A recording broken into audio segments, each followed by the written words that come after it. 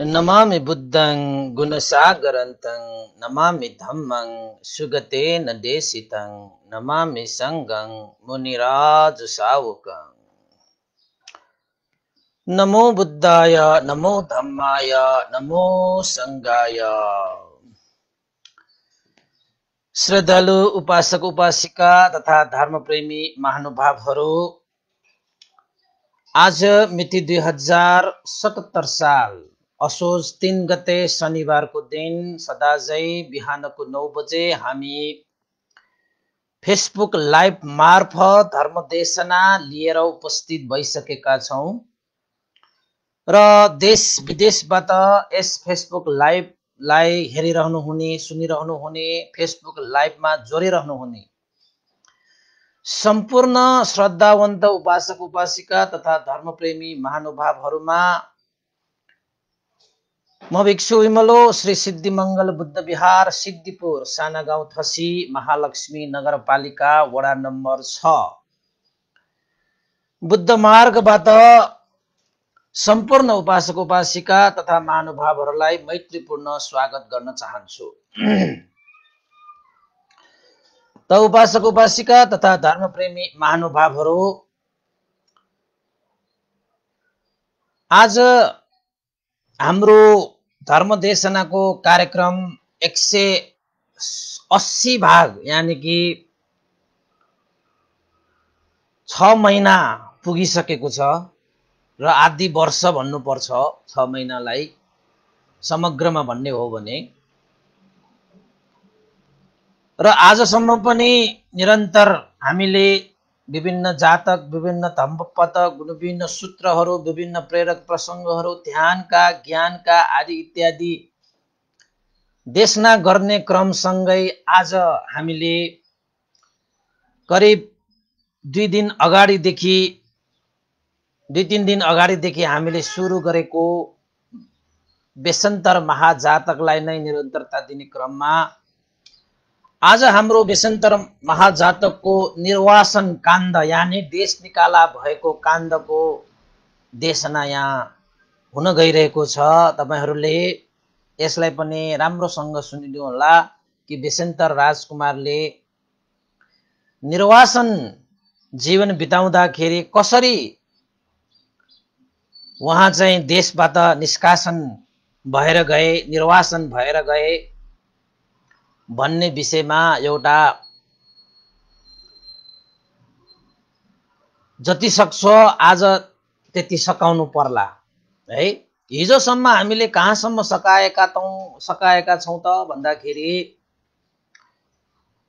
जब बेसन्तर राजकुमारले राजाको र प्रजाहरूको राय, उनीहरूको इच्छा चाहना अनुसार देशबाट निष्कासन हुने, निर्वासन हुने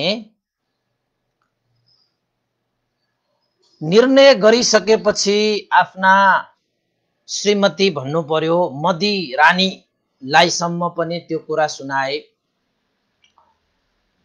त्यहाँनिर अलिकति विरहको कुराहरू पनि छ कि बेसन्तर राजकुमारले त आफ्नी मदी रानीलाई त यदि म निर्वासन भएर गए भने तिमीले चाहन्छौ भने अर्कैलाई पनि स्वामी बनाएर बस्न सक्छौ भन्ने एउटा स्वीकृतिसम्म पनि दिएर गएको।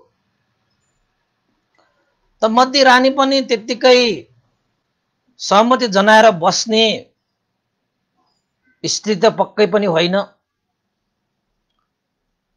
बेसन्तर राजकुमार सँगै आफू पनि निर्वासन हुने चाहना व्यक्त गरे।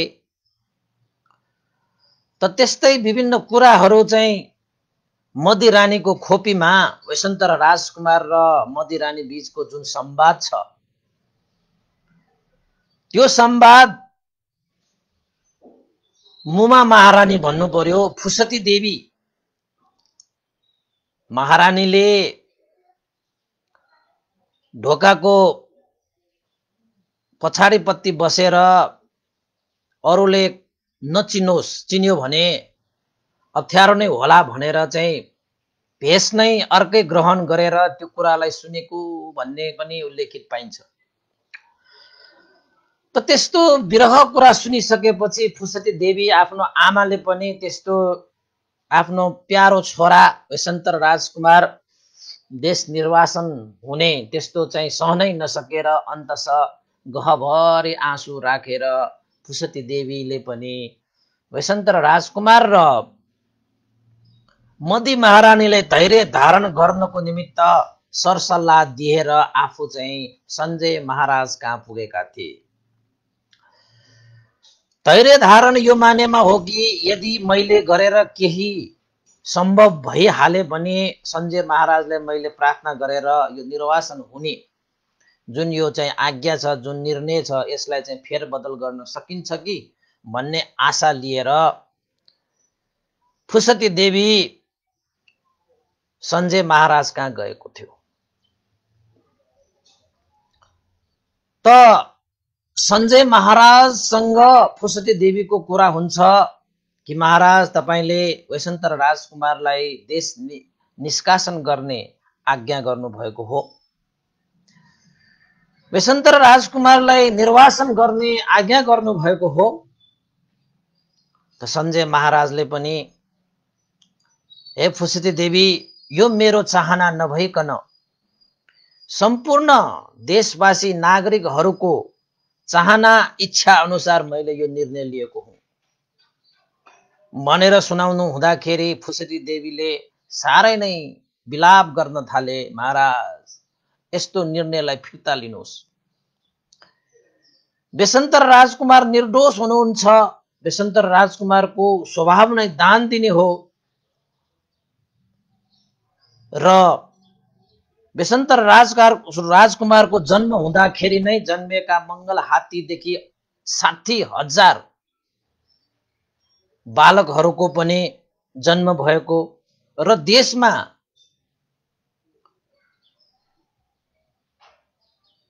उन्नति प्रगति भएको कुराहरू त हामी सबैलाई ज्ञात भएकै कुरा हो।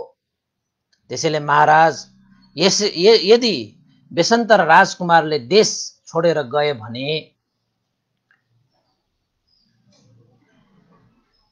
पानी नभएको पोखरीमा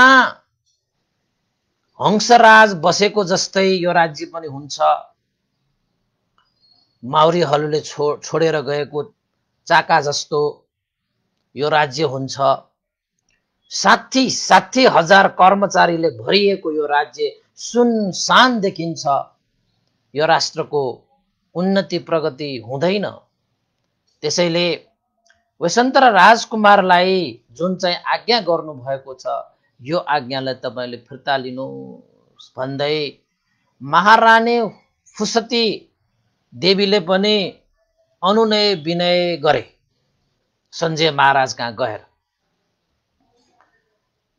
तैपनि सञ्जय महाराजले के भने त भन्दाखेरि, हे फुसती देवी, मलाई मात्र वैशन्तर राजकुमारको माया नलाग्ने होइन, मलाई मात्र प्रिय नलागेर मनमा क्रोध उत्पन्न गरेर मैले त्यो आज्ञा गरेको त पक्कै होइन।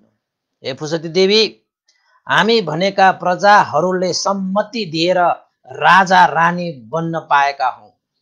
त्यसैले राजा र रानी भनेकाहरूले जनताहरूको इच्छा चाहना अनुसार शासन गर्नु पर्दछ। अहिलेको यो परिस्थिति भनेको वैशन्तर राजकुमारलाई निर्वासन गर्न नै जनताहरूको चाहना हो भने म राजाको धर्मको हिसाबले अवश्य पनि मैले आफ्नै प्रिय राजकुमार वैशन्तर भए पनि मैले उसलाई देश निकाला गरेर निर्वासन गर्नुपर्ने मेरो पनि राजधर्मलाई मैले सम्झेर मैले यो निर्णय लिएको हो। हे फुसती देवी, तिमीलाई जति दुःख लागेको छ, जति शोक लागेको छ, तिमी जति विलाप गरिरहेका छौ, त्यत्तिकै मलाई पनि त्यत्तिकै दुःख छ, मलाई पनि कष्ट छ, मलाई पनि विलाप गर्नु मन छ। तर राजाको हैसियतले मैले प्रजाहरूको इच्छा र चाहनाले बुझ्नुपर्छ। त्यसैले मैले आफ्नै यो मनलाई मारेर भए पनि मैले जनता र नागरिकहरूको चाहना र इच्छा अनुसार मैले यो चाहिँ निर्णय लिएको हो, मैले आज्ञा दिएको हो फुसती देवी। त्यसैले जनताहरू भए मात्रै हामी राजा हुने हो, जनताहरू भए मात्रै हामी रानी हुने हो र राजा र रानी भनेको जनताको चाहना र इच्छा अनुसार निर्णय लिने क्षमता पनि राजा र रानीहरूमा हुनुपर्छ। त्यसैले फुसदी देवी, तिमीले यसमा पश्चाताप नल्याऊ। के सत्यको असत्य, के राम्रो के नराम्रो भन्ने कुरा त जनताहरूले पछि आफै नै मूल्याङ्कन गर्नेछ। हाम्रो धर्म भनेको जनताहरूको इच्छा र चाहना अनुसार निर्णय गरिदिने हाम्रो राजधर्म हो। त्यसैले मैले यो राजधर्म पालन गरेको मात्रै हो। पिताको हैसियतले मैले यो निर्णय गरेको होइन। पिताको हैसियतले निर्णय गर्ने भए त मसँग त्यस्तो हिम्मत कहाँबाट आउँथ्यो फुसदी देवी। हे फुसदी देवी, तिमी अहिले आमाको हिसाबबाट तिमीले यो कुराहरू बिरह गरिरहेका छौ। एकपल्ट महारानीको हैसियतमा तिमीले यसो सोचेर हेर कि नागरिकको कि जनताको चाहना इच्छा अनुसार एउटा राजा एउटा चाहिँ महारानीले गर्नुपर्ने निर्णय के हो भनेर एकपल्ट राम्रोसँग शान्त मनले एकचोटि सोचेर हेर भनेर सञ्जय महाराजले फुसदी देवीलाई सम्झाए। फुसदी देवी हुन त महारानी पनि हो, तर पनि आमाको मन हैन। वैशन्तर राजकुमार जस्तो छोरालाई त्यसरी त्याग्नु पर्दाखेरि कति दुःख भयो होला, कति कष्ट भयो होला, कति शोक भयो होला। त एकातर्फ महारानीको पनि भूमिका छ। त महारानीको हिसाबले हेर्ने हो भने जनताहरूको नागरिकहरूको इच्छा चाहना अनुसार निर्णय गर्नुपर्ने, र आमाको हिसाबबाट भन्ने हो भने आफ्ना सन्तानलाई त काखमै राख्नुपर्ने। यो विषयमा फुसदी देवीको चाहिँ मनमा पनि धेरै द्वन्द्वहरू भए। सहनै नसकेर सञ्जय महाराजको महलमा जब फुसदी देवीले विलाप गर्न थाले, रुन थाले, कराउन थाले, के गरौं कसो गरौं, मेरो प्रिय पुत्र निर्वासन हुने भयो, कसरी छोडेर पठाउँ भनेर चाहिँ धुरु धुरु रोई कराई आँसु झार्दै त्यहाँ विलाप भइसकेपछि, जब महारानीको नै त्यसरी चाहिँ विलाप सुनिसकेपछि त्यहाँ बसेका हजारौं कर्मचारीहरू परिचारिकाहरू पनि रुन थाले, कराउन थाले, विलाप गर्न थाले। महल भरि रोदन चिच्याहट विलापहरू सञ्जय महाराजको त्यो महलमा। त्यो सञ्जय महाराजको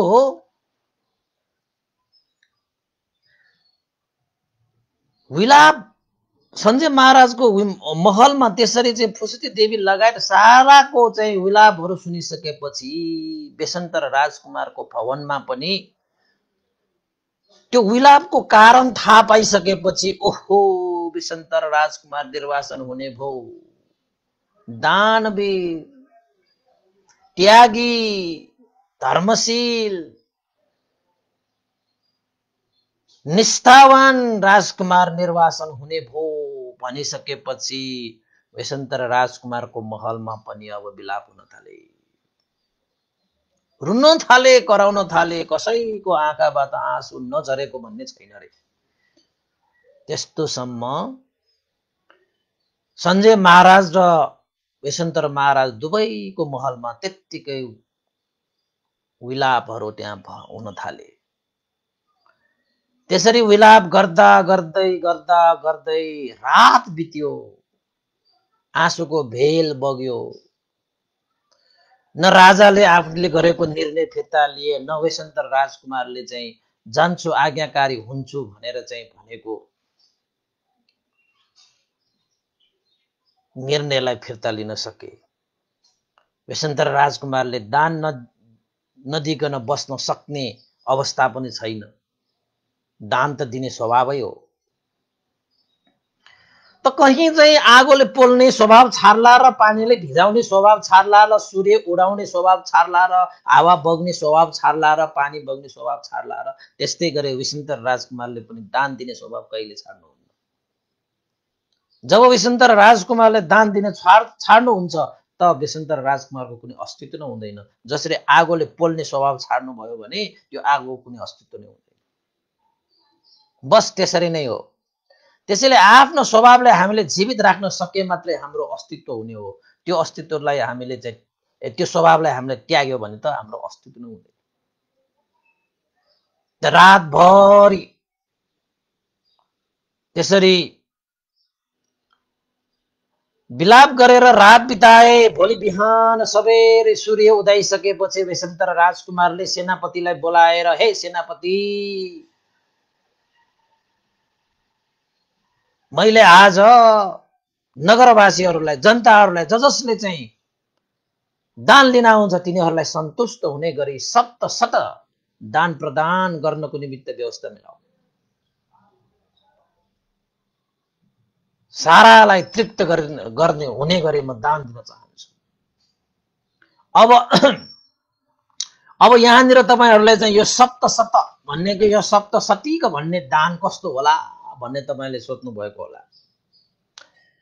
यो सप्त दानमा चाहिँ के हुन्छ त भन्दाखेरि जसले जे चाहना गरेर चाहिँ दान माग्न आउँछ त्यो साराका सारा पूरा गर्ने दान हो। त्यस्तै गरी तपाईको चाहिँ सप्त भनिसकेपछि त्यहाँ चाहिँ के हुन्छ त भन्दाखेरि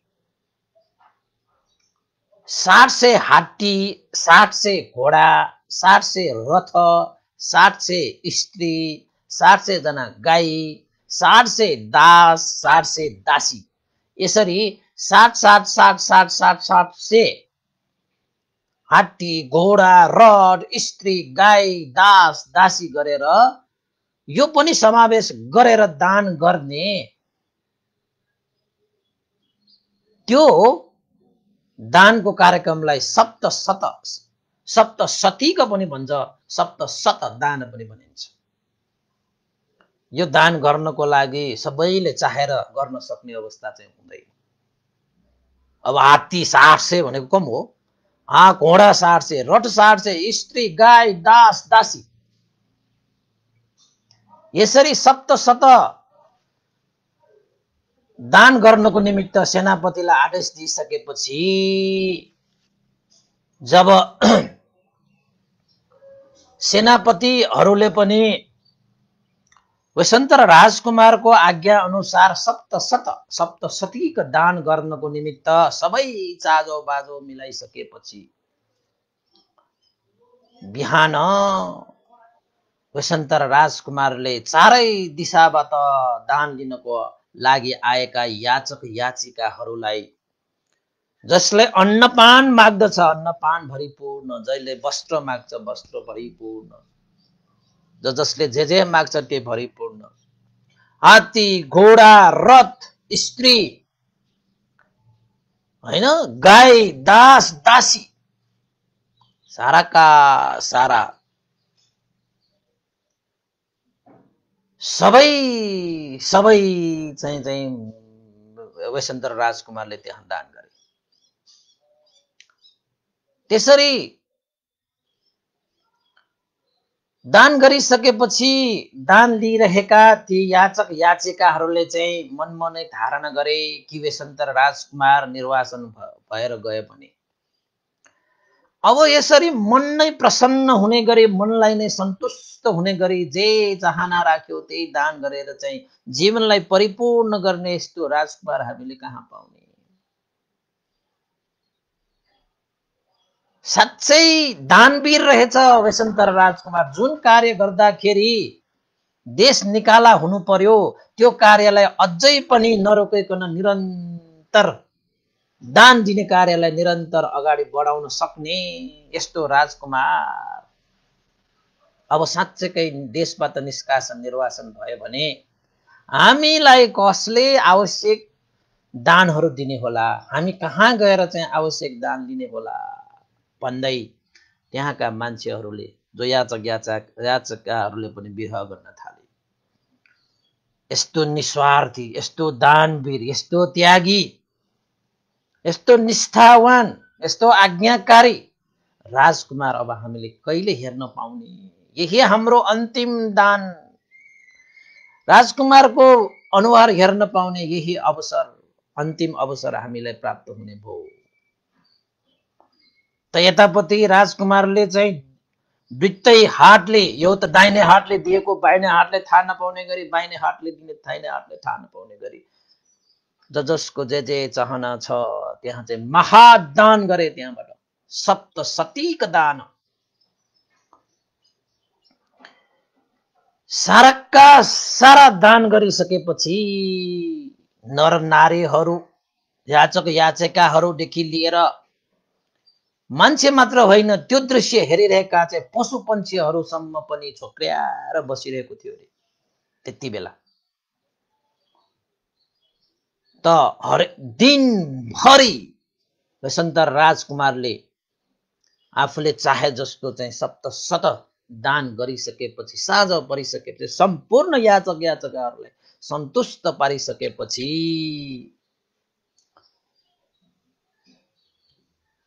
त्यो बेला पनि सप्तशत दान गरिसकेपछि पनि त्यो दानको अनुभवले चाहिँ भूमिकम्प भयो रे, भूकम्प भयो रे कि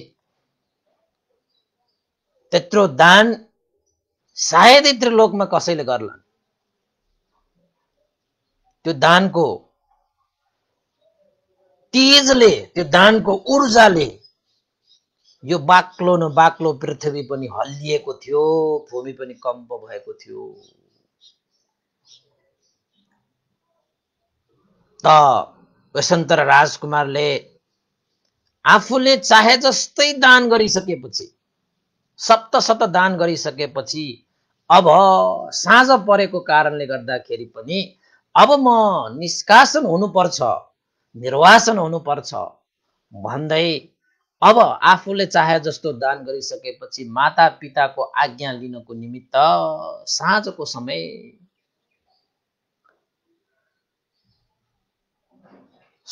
समय माता पिताको अनुमतिको निमित्त वसन्त राजकुमार सञ्जय राजाको महलमा प्रस्थान गर्नुभयो। सञ्जय महाराजको महलमा प्रस्थान गर्ने बेलामा मती देवीले पनि के सोचे त भन्दाखेरि वसन्त राजकुमारले त मेरा श्रीमानले त निर्वासन हुनको निमित्त अनुमति लिन जानुभयो, म पनि यही समयमा गएर मैले पनि अनुमति लिइराख्दाखेरि हुन्छ। किन त भन्दाखेरि वसन्त राजकुमार निर्वासन हुने बेलामा म पनि त उहाँ सँगसँगै जाने हो, त्यसैले उहाँ अनुमति लिन जानु भएको समयमा म पनि जाउँ भनेर मती देवी पनि वसन्त राजकुमार सँगै सञ्जय महाराजको महलमा पुगे। सञ्जय महाराजको महलमा विलाप थियो, कसैको अनुहारमा खुसीको कणहरू थिएन। त वसन्त राजकुमारले सञ्जय महाराजलाई भने, महाराज, ए पिता, मलाई आज्ञा दिनुस्, अब मैले यो शिवी राष्ट्रलाई त्याग गर्नुपर्छ। जनताहरूको, नागरिकहरूको चाहना इच्छा अनुसार र राजा महाराज तपाईको आज्ञा अनुसार म निर्वासन हुनको निमित्त तपाईसँग अनुमति लिन आएको भनेर चाहिँ अनुमति मागे। त्यही बेला अनुमति माग्दै गर्दाखेरि मती देवीले पनि अनुमति माग्नको निमित्त गएको थियो। अब राजाले त के भन्छ र, अब राजाले आफैले आज्ञा गरेको, आफैले आदेश दिएको, राजा त अब केही गर्ने अवस्थामै थिएन। त राजासँग अनुमति मागे। त्यसपछि मती महारानीले पनि अनुमति मागे। मती महारानीले पनि अनुमति मागिसकेपछि त्यहाँ अलिकति वातावरण अर्कै भयो। फुसती देवीले सञ्जय महाराजले के भने त भन्दाखेरि, हे वसन्त, यदि तिमी निर्वासन भएर जाने हो भने अब कसले रोक्न सक्छ र? तर मती महारानी, तिम्रै श्रीमती मती महारानीलाई यही नगरमा छोडेर जाऊ। मती महारानी मखमलको कपडा लगाएर बहुमूल्य सिरक ओढेर सुख सहेलमा बसेकी मती महारानीले कसरी त्यो जंगलको त्यो बासलाई चाहिँ सहन सक्छ? त्यसैले हे मदी, तिमी यही महलमा बस, राजमहलमै बसेर तिमी सुख भोग गर। अब बेसन्तर राजकुमारलाई रोक्न सक्ने कसैको सामर्थ्य छैन। आज्ञा दिनेले पनि आज्ञा दिइसके, निर्णय लिनेले पनि निर्णय लिइसके। जनताहरूको इच्छा चाहना भनेको त बेसन्तर राजकुमार मात्रै निर्वासन हुनु भन्ने चाहना हो। मदी देवी, तिमीलाई जनताहरूले चाहिँ निर्वासन गर्ने चाहना राखेको पनि छैन। तिमी यही महलमा बसेर सुख भोग गर्न सक्छौ भनेर सञ्जय महाराजले मदी रानीलाई रोक्नको निमित्त प्रयास गरे। त त्यति बेला मदी रानीले के भनेका थिए त भन्दाखेरि, हे पिता, हे माता, आफ्नो श्रीमान निर्वासन भएर जंगलमा गएर दुःख भोग गर्न जान्छ भने म श्रीमती भएर यस्तो राजमहलमा बसेर सुख भोग गर्नुको औचित्य के?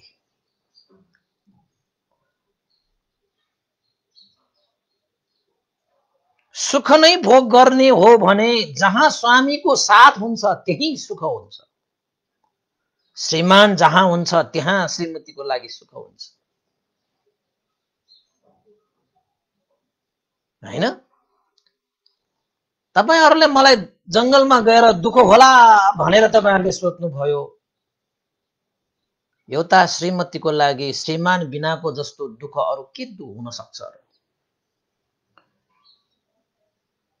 श्रीमानसँग बिछोडिएर सुख पाउनु भनेकै श्रीमतीहरुको लागि त्यो सारै दुःखको कुरा हुन्छ। त सुख भनेको के हो त भन्दाखेरि श्रीमानको जब साथ पाउँछ, जब श्रीमानहरुको हात पाउँछ, त्यति बेलाको जस्तो सुख श्रीमतीहरुको लागि कहाँ पाउँछ र? यस्ता चाहिँ राजमहलमा बसेर मैले आफ्नो श्रीमानलाई जंगलमा बास गराएर मैले राजमहलको बास गरेर मैले सुख भोग गर्दाखेरि पनि मलाई कुनै भित्री हृदयदेखि कुनै पनि सुखको अनुभव हुने छैन। त्यसैले श्रीमानको साथ नै श्रीमतीको लागि सुख हो भने श्रीमान बिनाको जीवन नै श्रीमतीहरुको लागि दुःख हो। हे सञ्जय महाराज, फुसती महारानी, श्रीमानहरुको सुख दुःखमा साथ दिनु नै श्रीमतीहरुको धर्म हो भन्ने मैले बुझेको छु। त्यसैले वैशन्तर राजकुमार जहाँ जहाँ जानुहुन्छ म पनि त्यही त्यही गएर उहाँको सुख दुःखमा साथ दिनु मेरो धर्म हो, मेरो धर्म हो। त्यसैले म पनि अवश्य वैशन्तर राजकुमार सँगै म पनि निर्वासन भएर जान्छु। जब मैले उहाँलाई जीवन उपरान्तसम्म साथ दिन्छु भनेर म आइसकेको छु भने उहाँको हरेक सुख दुःख पनि मेरै हो। जसरी पानी बिनाको नदी नाङ्गो हुन्छ, जसरी पानी बिनाको नदी नाङ्गो हुन्छ त्यसरी नै श्रीमान बिनाको स्त्रीहरू दर्जनौं दाजुभाइ भए तापनि नाङ्गै नै हुन्, नाङ्गै नै हुन्। दर्जनौं दाजुभाइ भए तापनि स्त्रीको लागि आफ्नो श्रीमान पाउनु भनेकै सुखकर हुन्छ। त्यसैले मैले वैशन्तर राजकुमारलाई एक्लै निर्वासन जानको निमित्त मैले छोड्न सक्दिनँ। म पनि अवश्य पनि वैशन्तर राजकुमार सँगै जान्छु। मलाई नरोक्नु होला। यद्यपि नागरिक र जनताहरूले मलाई निर्वासन गर्ने चाहना र इच्छा राखेको छैन, त यो निर्वासन मेरै इच्छा र चाहनाले वैशन्तर राजकुमारसँग म पनि जान चाहन्छु। यो मेरो धर्म हो, यसैमा मलाई सुख छ। यदि वैशन्तर राजकुमारसँग छुट्टिएर बस्नु पर्यो भने त्यही मेरो लागि दुःख हुन्छ। यसरी श्रीमानको दुःख सुखमा साथ दिने श्रीमतीहरूलाई देवताहरूले पनि प्रशंसा गर्दछ। त्यस्ता पतिव्रता नारीहरूलाई देवताहरू पनि नतमस्त भएर उनीहरूले पनि प्रशंसा र अनुमोदन गर्नेछ। मलाई नरोक्नु भनेर मदिरानीले पनि आफ्नो चाहिँ बलियो तर्क चाहिँ अगाडि सारे हैन। त्यसरी अगाडि सारिसकेपछि फेरि सञ्जय महाराजले के आज्ञा गरे त भन्दाखेरि,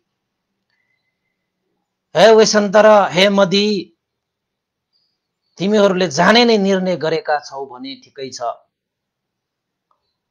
वेशन्तर राजकुमारको त जनता र नागरिकको इच्छा अनुसार जानुपर्ने र मदी रानी आफ्नो श्रीमानको दुःख सुखमा साथ दिनको निमित्त जानुपर्ने हो भने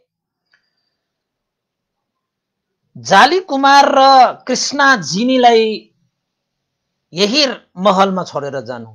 मेरा नातिहरूलाई चाहिँ साथमा चाहिँ लिएर नजानु है।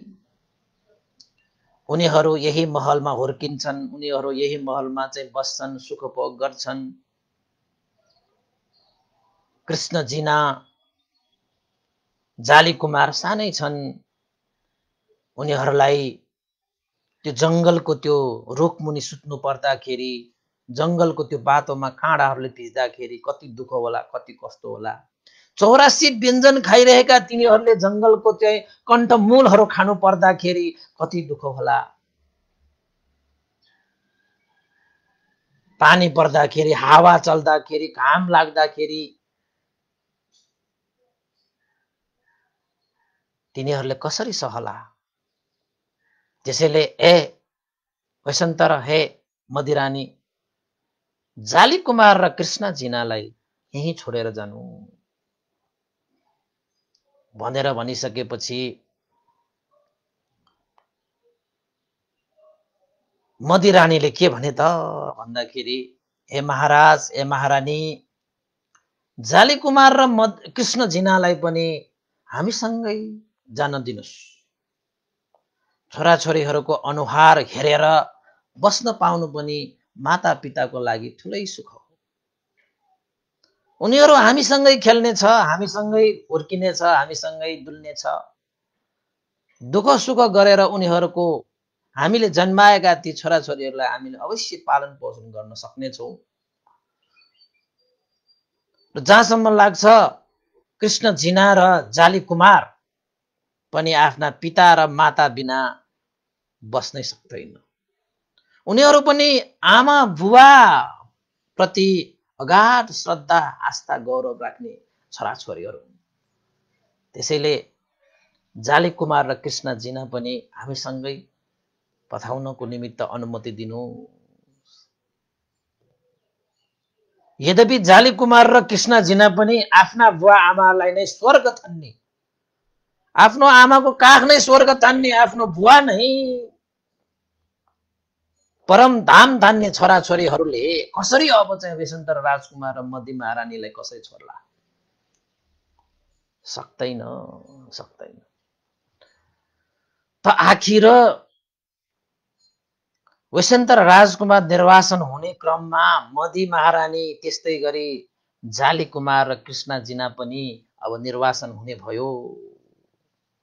राजा सञ्जय महाराज र फुसती देवीलाई त अब वेशन्तर राजकुमार निर्वासन हुने कुराले त्यत्रो विलाप भयो त्यो नगरमा, त्यो महलमा। अब वेशन्तर राजकुमार मात्रै यहाँ निर्वासन हुने कुरा भएन, यहाँ त मदी रानी र कृष्ण जिना र जाली कुमारसम्म पनि एउटा परिवारै त्यहाँबाट निष्कासन हुने भयो। निर्वासन हुने भएपछि त अब कति विलाप भयो होला, धेरै विलाप भयो, आँसु झारे। त्यो विषयमा छलफल गर्दा गर्दै फुसती देवीले चाहिँ वेशन्तर राजकुमारलाई के भने त भन्दाखेरि, हे छोरा, हे वेशन्तर, तिमी जन्मिँदाखेरि नै कस्तो ऐस आरामले जन्मेर कति सुख शैल भोगेर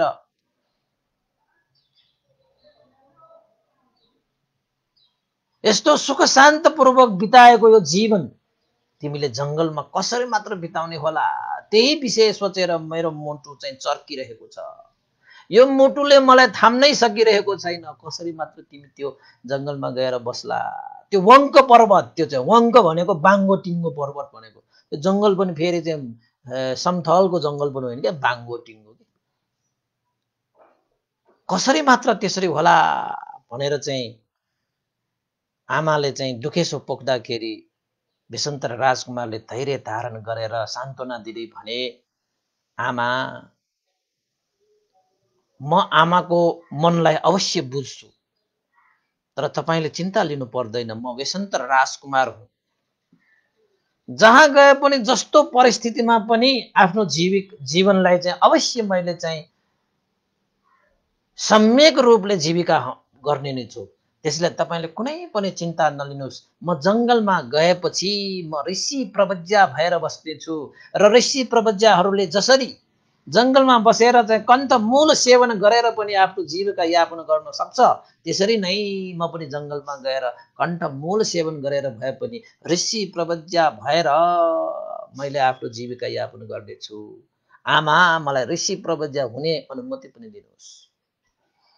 ल हेर्नुहोस् त, दुखेसो पोख्दाखेरि अब के गरेर खाने त जंगलमा भन्दाखेरि ऋषि प्रवज्या भएर अब चाहिँ जीविका यापन गर्ने। किन त भन्दाखेरि जंगलमा त ऋषि प्रवज्याहरूले त जीवन यापन गरिरहेका छन् नि त। विशन्तर राजकुमारले त्यो मानेमा पनि आफ्नो तर्क, बलियो तर्क राखेर आमा बुवालाई चाहिँ एउटा चाहिँ तर्कसंगत कुरा प्रस्तुत गरेर चाहिँ मनाउने खुबै प्रयास गरे, तर बुवा आमाको मन नहो, मानेको भने होइन, तर आज्ञा चाहिँ दिइसकेको छ। यसरी रातभरि कुरा गर्दा गर्दै त्यो रात त त्यत्तिकै बितेछ। छलफल, कुरा कानी, यस्तो गर्नु पर्ला उस्तो गर्नु पर्ला, बिचरालाई निन्द्रा लाग्ने त कुरै भएन। त्यो रात कोही पनि सुतेन, त्यही कुरामा मात्रै अल्झिएर के गरौँ, के हुन्छ होला, कसो हुन्छ होला।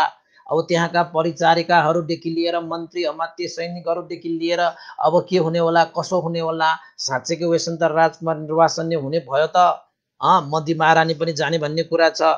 जाली कुमार साना जाली कुमार होइन, अब कृष्णजी त झनै सानो होइन। त्यस्ता चाहिँ राजकुमार जस्तो मान्छेहरू पनि अब जंगलमा गएर कसरी खाने भन्ने चाहिँ सबैको मनमा चासोको विजय थियो। तर त्यो रात चाहिँ त्यत्तिकै बित्यो। भोलि बिहान अब वनवास जानको निमित्त होइन, निर्वासन जानको निमित्त होइन, देशबाट निष्कासन हुनको निमित्त तयारी भयो।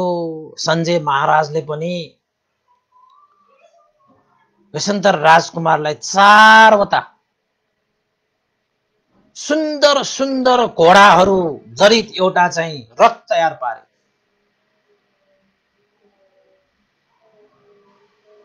अब आफ्नो छोरालाई चाहिँ निर्वासन गर्नको निमित्त रथ तयार पारे। त्यसपछि मदी रानीले पनि जाली कुमार र कृष्ण जिनालाई साथमा लिएर आफ्ना माता पिता सासु ससुरा भन्नु पर्यो सञ्जय राजा र फुसती देवीलाई चरण धोक गरेर जाली कुमार र कृष्ण जिनाले पनि चरण ढोक गरेर बिदा लिए र रथमा चढे। नगरमा सारा नगरवासीहरूको आँखामा आँसु थियो। सबभन्दा पहिला रथमा त मदी रानी नि चढे र जो जाली कुमार र कृष्ण जिना पनि आफ्नै आमाको काखै स्वर्ग, आफ्नै बुवाको साथ नै धाम ठानेर छोराछोरीहरू पनि आमा बुवासँगै जान राजी भए। जहाँ जहाँ पिता आमा हुनुहुन्छ त्यही हामी पनि जान्छौँ, हजुरबा हजुरआमा हामीलाई बिदा दिनु भनेर चरण ढोक्दाखेरि यस्ता साना साना बच्चाहरूले त्यसरी चाहिँ हजुरबा हजुरआमालाई त्यसरी चाहिँ ढोगेर चाहिँ बिदा दिँदाखेरि त्यो पनि कहीँ जानको लागि हो र वन जङ्गलमा जानको निमित्त बिदा माग्दाखेरि त्यो हजुरआमा त्यो हजुरबाउको त्यो हो मन कस्तो भयो होला। त उनीहरूलाई खुसी थियो कि जहाँ बुवा आमा हुनुहुन्छ त्यहीँ बस्न पाउनु भनेको छोराछोरीको लागि त ठुलै सुख हो नि, ठुलै सुख हो, स्वर्गै हो कि। त हामी बुझ्दैनौँ मात्र है, तर वास्तवमा छोराछोरीहरूको लागि आमा बुवा भनेको त स्वर्गै हो। कहाँ त्यो मरेपछि स्वर्ग जाने हो र? आमा बुवाको साथमा बस्ने त्यही स्वर्ग हो। कहाँ तीर्थधाम धाउने हो र? बुवासँग बस्ने त्यही तीर्थ हो। त जाली कुमार र कृष्णजीलाई पनि आफ्नो एउटा चाहिँ आदर्श प्रस्तुत गरे। हेर्दाखेरि जाँदैन कि जस्तो लागेको पनि थियो, तर जाली कुमार र कृष्णजीले पनि आमाको काखलाई स्वर्ग र बुवाको साथलाई नै तीर्थ ठानेर आमा बुवासँग जाने निर्णय गरेर आखिरमा भोलि बिहान रथमा चढेछ।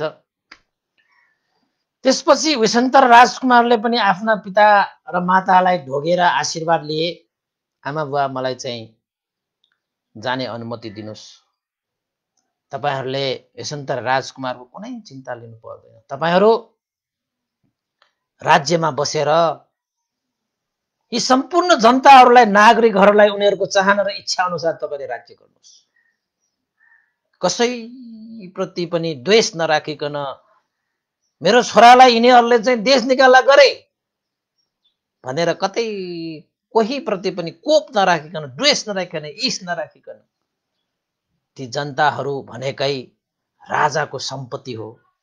त्यो सम्पत्तिलाई सुरक्षा गर्नु भनेको चाहिँ मालिकको कर्तव्य पनि हो। त्यसैले सञ्जय महाराज तपाईँ यही राज्यमा बसेर काम भोग सेवन गरी राज्य सञ्चालन गर्नुहोस्। आखिर त एक दिन त सबै यमराजको पाहुना हुने हो।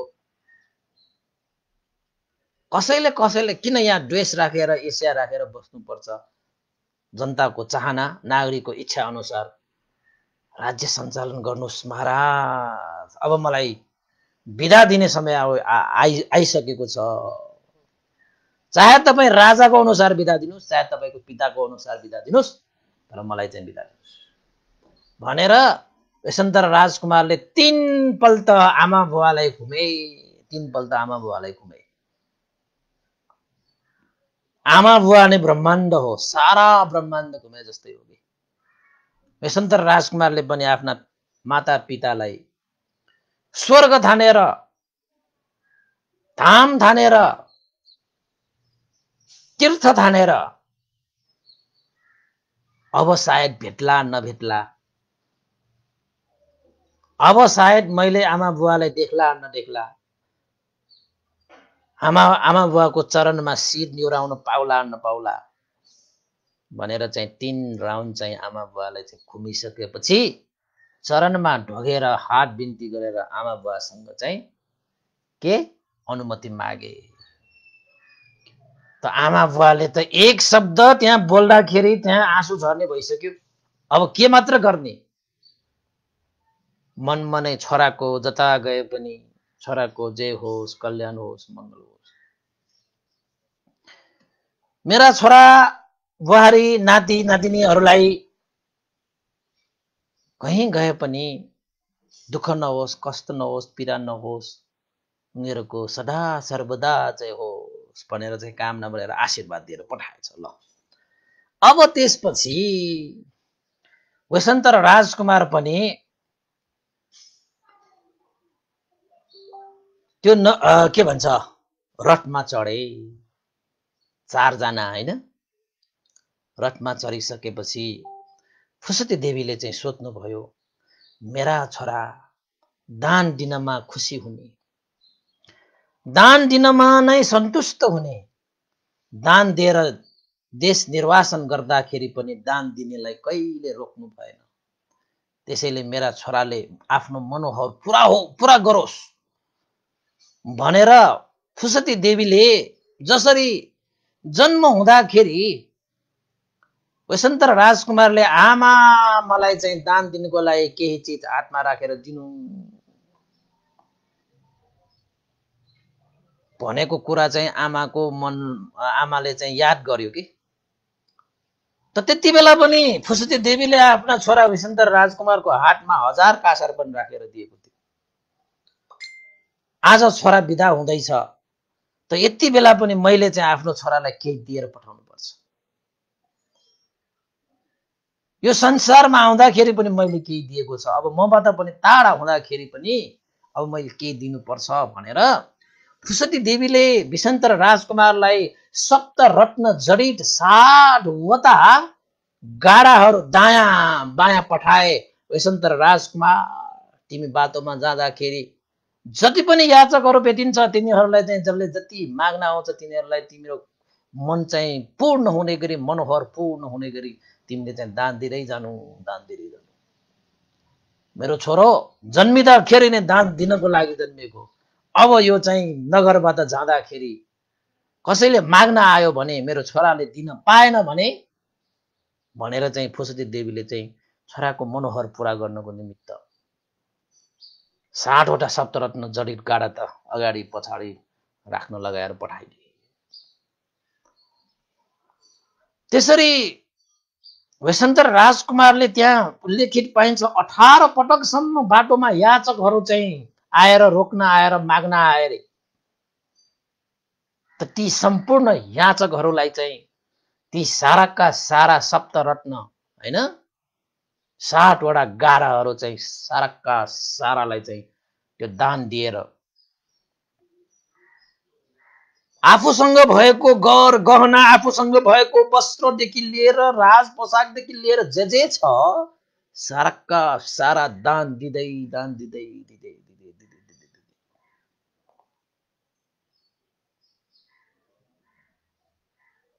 विशेन्तर राजकुमार र मदिरानी जाली कुमार कृष्ण जिनाहरू त्यहाँबाट गए रथमा चढेर।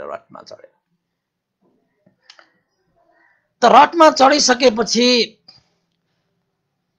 नगर बाहिर पुगे। द्वार भन्दा बाहिर पुगिसकेपछि विशेन्तर राजकुमारले मदिरानीलाई के भने त भन्दाखेरि, हे मदिरानी, हेर हाम्रो शिवी राष्ट्रको त्यो महल, त्यो राज्य कति सुन्दर छ। आमा बुबा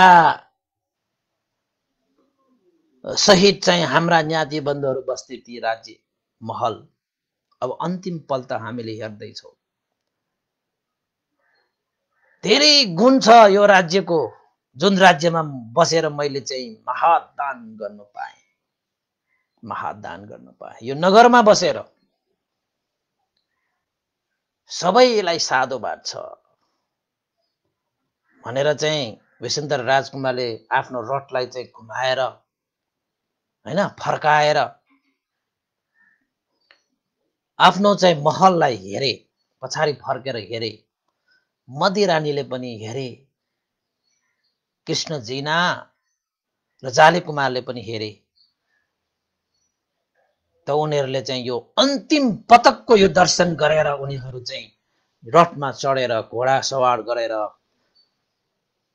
विशेन्तर राजकुमार चाहिँ अब निर्वासन भएर वंक पर्वतमा जानको निमित्त प्रस्थान गर्दाखेरि त्यति बेला पनि दान गरेर त्यति जाँदाखेरि पनि त्यति बेला पनि भूकम्प भएको थियो, भूमि हल्लिएको थियो, भूमिकम्प भएको थियो। अरे विशेन्तर राजकुमारको जीवनमा धेरै पल्ट भूकम्प गयो नि। विशेन्तर राजकुमारले दान मात्र गरेर राखे, त्यस्तो दान त कसैले गर्न सक्दैन र त यो भूकम्पले पनि यो पृथ्वीले पनि थाम्न नसकेको के भूकम्प गयो। त्यसरी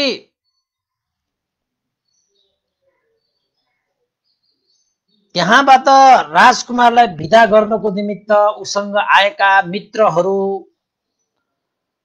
नगरवासीहरू, मन्त्रीहरू, 60,000 सैन्यहरू, लावा लस्करले विदा गर्न आएको थियो। नगरबाट अब चाहिँ अब विदा दिनु पर्यो। कसैको आँखामा आँसु छैन भन्ने कसैको थिएन। विलाप गर्दै विशेन्तर राजकुमारलाई विदा गरे। अब हामीले यस्तो त्यागी, यस्तो दानी यस्तो निष्ठावान राजकुमारलाई कहिले दर्शन गर्न पाउने? यो कस्तो परिस्थिति आयो? कसैले सोध्दै नसोचेको यस्तो परिस्थिति जीवनमा आयो भनेर चाहिँ सबै सेना हैन, मन्त्री मित्रहरू, 60,000 सैन्य लावा लस्कर, कति कति बाबा, त्यो साँच्चै हामीले फिल्ममा देखाउन पाउँदाखेरि क्या मजा हुन्थ्यो। बनाउनु पर्ने नि त्यो पनि यस्तो पो मजा त। अब त्यसमा फिल्ममा भए त डायलग साइलगहरू दिएर हैन, यस्तो यस्तो यस्तो देखाएर आहाहा। त्यसपछि त सबैको मनमा दुःख थियो, सबैको मनमा शोक थियो, सबैको आँखामा आँसु थियो, तर वैशन्त राजकुमारलाई चाहिँ सन्तुष्ट थियो, मदिरानीलाई पनि सन्तुष्ट थियो र जाली कुमार र चाहिँ कृष्णजीनालाई पनि सन्तुष्ट थियो। हामीले कसैको अपराध गरेको छैन, कसैको द्वेष गरेको छैन, कसैलाई दोष गरेको छैन, गल्ती गरेको छैन। जनताको चाहना र इच्छा अनुसार हामीले राज्य छोडेर जान लागेको, सन्तुष्ट छ। कहाँ गए त भन्दाखेरि वंक पर्वतमा। यति टाढा छ कि यति टाढा छ कि वंक पर्वत भनेको त्यो शिवी राज्यको जेतुत्तर नगरबाट तपाईको 60 योजन टाढा थियो अरे, 60 योजन टाढा पर्छ। जुन पर्वत चाहिँ बाङ्गो टिङ्गो, वंक भनेकै बाङ्गो टिङ्गो कि त्यो नगरमा अपराधीहरू हैन, ठुलठुला अपराध गर्ने मान्छेहरूलाई त्यो जंगलमा पठाउँथ्यो। साह्रै कष्टकर जंगल थियो। त्यसपछि वसन्त राजकुमारले मित्रहरू, मन्त्रीहरू, सैनिकहरू, लावा लस्करलाई बिदा दिए। तपाईहरूले हामीलाई ठुलै साथ दिनुभयो, तपाईको साथ र सहयोगको लागि धेरै धेरै साधुवाद। तपाईहरूको गुण हामीले अवश्य सम्झिनेछौँ र आजबाट हामी निर्वासन हुन गइरहेका छौं, त्यसैले तपाईहरू यो मार्गबाट अब बिदा हुनुहोला भनेर सबैलाई बिदा दिए। बिदा दिइसकेपछि त्यहाँका त्यो मान्छेहरूले वसन्त राजकुमारले अब चाहिँ आफ्नै एउटा परिवारलाई मात्र त्यो वंक जंगलमा पठाउनको निमित्त छोडेर पठाउँदाखेरि मानव आफ्नो मुटु नै छोडेर गएको जस्तो दुःख गरेर उनीहरूले छोडेर पठाउनु पर्यो। त त्यसपछि अब त्यहाँको यात्रा अब हैन, नगर बाहिर पछि अब वसन्त राजकुमारले रथ चढेर रथ चलाएर मदी महारानी हैन, त्यसपछि जाली कुमार कृष्णजीलाई राखेर चलाउँदै अगाडि बढे। र वसन्त राजकुमारले मदिरानीलाई के भने त भन्दाखेरि, हे मदिरानी, हेर राम्रोसँग हेर है, पछाडि कोही त्यस्तो याचकहरू आयो भने अवश्य मलाई भन। बाटोमा भेटेका याचक याचकाहरूलाई त हामीले चाहिँ सन्तुष्ट हुने गरी हामीले दिएर आइसके। अब हाम्रो यात्रा अब चाहिँ रफ्तारमा जानेछ। अझै पनि हेर कोही चाहिँ पछाडि आइरहेको छ भने, याचक याचिकाहरू कोही पनि आइरहेको छ भने भन है, रोक है, रथलाई रोक है, मलाई चाहिँ सन्देश दियो है भनेर चाहिँ वसन्त राजकुमारले मदी महारानीले भनेपछि मदी महारानीले पनि अवश्य वसन्त राजकुमार तपाईको आज्ञा सिरोपर भन्दै पछाडि हेर्दै बसिरहेको छ, कोही याचकहरू आइएला कि। अब वसन्त राजकुमारलाई त के छ त भन्दाखेरि कसैले आफ्नो यो बाहिरी सम्पत्ति मात्रै होइन कि यो भित्री यो शरीर, यो चाहिँ जीवन, यो प्राण माग्न आए पनि दिन्छु भनेर बसेको भएर कसैले माग्न आइहाले त दिने हो कि। त रथ अगाडि बढ्दै गइरहेको छ, बढ्दै गइरहेको छ। जेतुत्तर नगर, शिव राज्यको जेतुत्तर नगरमा त्यसरी वसन्त राजकुमारले सप्तशतीक दान गरिरहेको छ भन्ने कुरा सुनेर 4 जना ब्राह्मणहरू पनि दान लिनको निमित्त त्यो जेतुत्तर नगरमा आएको थियो। त्यहाँ आइपुग्दाखेरि त वसन्त राजकुमारको परिवार त वंक पर्वतमा निर्वासन भएर चाहिँ गइसकेको रहेछ।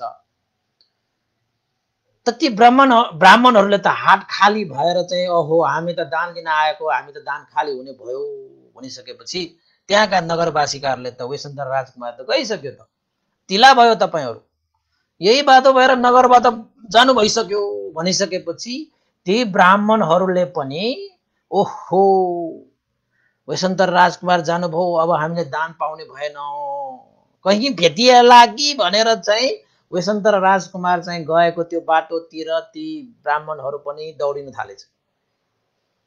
भेटिहाले त केही माग्नै पर्ला हैन, अब माग्नेहरूलाई माग्ने मात्रै कि त्यहाँ राजकुमार त्यो निर्वासन भएर गइसकेको छ, अझै मागिरहेको छ। त्यो चारजना ब्राह्मणहरू चाहिँ पछाडि दौडिँदै आए हस्याङ फस्याङ गर्दै। त बाटोमा गइरहेको बेलामा वेशन्तर राजकुमारको आज्ञा अनुसार मदी रानीले पछाडि हेरिरहेको समयमा ठ्याक्कै ती चारजना ब्राह्मणहरू हस्याङ फस्याङ गर्दै आइरहेको देखे। त मदी महारानीले चाहिँ वेशन्तर राजकुमारलाई के भने त भन्दाखेरि, श्रीमान हे वेशन्तर राजकुमार, कोही याचकहरू दौडेर आइरहेको जस्तो देखिन्छ, हस्याङ फस्याङ गर्दै आइरहेको जस्तो देखिन्छ, रथलाई के बेर रोकौं भनिसकेपछि वेशन्तर राजकुमारले पनि आफ्नो रथलाई रोकिहाले, तक्षण रोके। त रोकिसकेपछि हस्याङ फस्याङ गर्दै आइरहेका ती चारजना ब्राह्मणहरू जसले चाहिँ आफ्नो झोला फैलाएर अगाडि उभिन आउँदाखेरि वेशन्तर राजकुमारले भने, हे ब्राह्मणहरू किन यति दौडेर हस्याङ फस्याङ गर्दै आइरहेका भन। भनिसकेपछि ती ब्राह्मणहरूले के भने त भन्दाखेरि, अब सबै चिज दान गरेर आइसक्यो रे, अब के माग्ने त अब वेशन्तर राजकुमारसँग यो बेलामा भनेर ती चारजना ब्राह्मणहरूले त्यो रथको चारजना चाहिँ एकदम सुन्दर सजै सजाउ गरेको त्यो घोडामा पनि अब हुन्छ के धेरै चिजहरू, त्यहाँ बहुमूल्य चिजहरू हुन्छ कि। त ती चारजना ब्राह्मणहरूले चारैजना घोडाहरूलाई चाहिँ दानको रूपमा मागे। वेशन्तर राजकुमार अरू त के मागौँला र, अब तपाईसँग चाहिँ यो चाहिँ जुन चारजना घोडाहरू छन् ती चारजना घोडाहरू हामी माग्दछौ, हामीलाई यो दान गरिदिनु होला र। अब भयो, अब वंक पर्वत 60 योजना जानुपर्छ, रथमा गरेर गएको त रथको घोडै माग्यो। त वेशन्तर राजकुमारले ओहो अझै पनि मैले दान गर्ने अवसर पाए, ए ब्राह्मणहरू तिमीहरूलाई धेरै धेरै साधुवाद, अझै पनि मैले दान गर्ने अवसर तिमीहरूले मलाई दिएको कारण तिमीहरूलाई धेरै धेरै साधुवाद, ल ल्याऊ भनेर चाहिँ तल झरेर हात्तीको हैन अब चाहिँ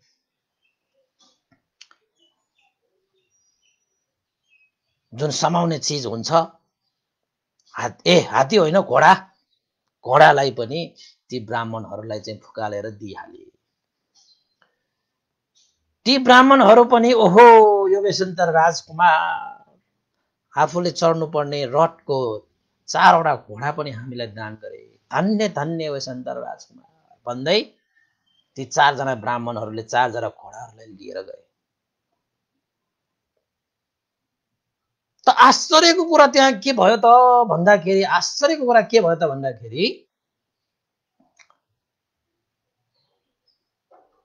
त्यो घोडा 4जना घोडा त्यो रथबाट छुट्टाए तापनि त्यो रथ भुइँमा छैन। किन त भन्दाखेरि घोडा बिनाको रथ पनि भुइँमा नछोइकन अडिरह्यो। कारण के त भन्दाखेरि 4जना देवपुत्रहरूले रक्त वर्ण मृगको भेषमा घोडा 4जनाको घोडाको त्यो स्थानमा रक्त वर्ण मृगको भेष लिएर देवपुत्रहरूले चाहिँ त्यो रथलाई तान्न थाले। त वेशन्तर राजकुमारले थाहा पाए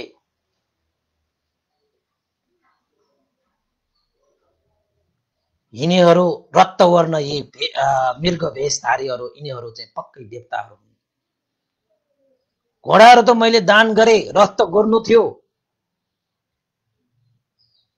त यी रक्तवर्ण मृगहरूले मेरो रथ चाहिँ गुराइरहेको छ, यिनीहरू पक्कै देवताहरू हुन् भन्ने कुरा बेसन्तर राजकुमारलाई थाहा पाएर उनीहरूलाई धेरै धेरै साधुवाद छ। जसले घोडाको स्थानमा बसेर ती देवताहरू रक्तवर्ण मृगको भेषमा मेरो रथ गुराइरहेको छ, धेरै धेरै साधुवाद छ।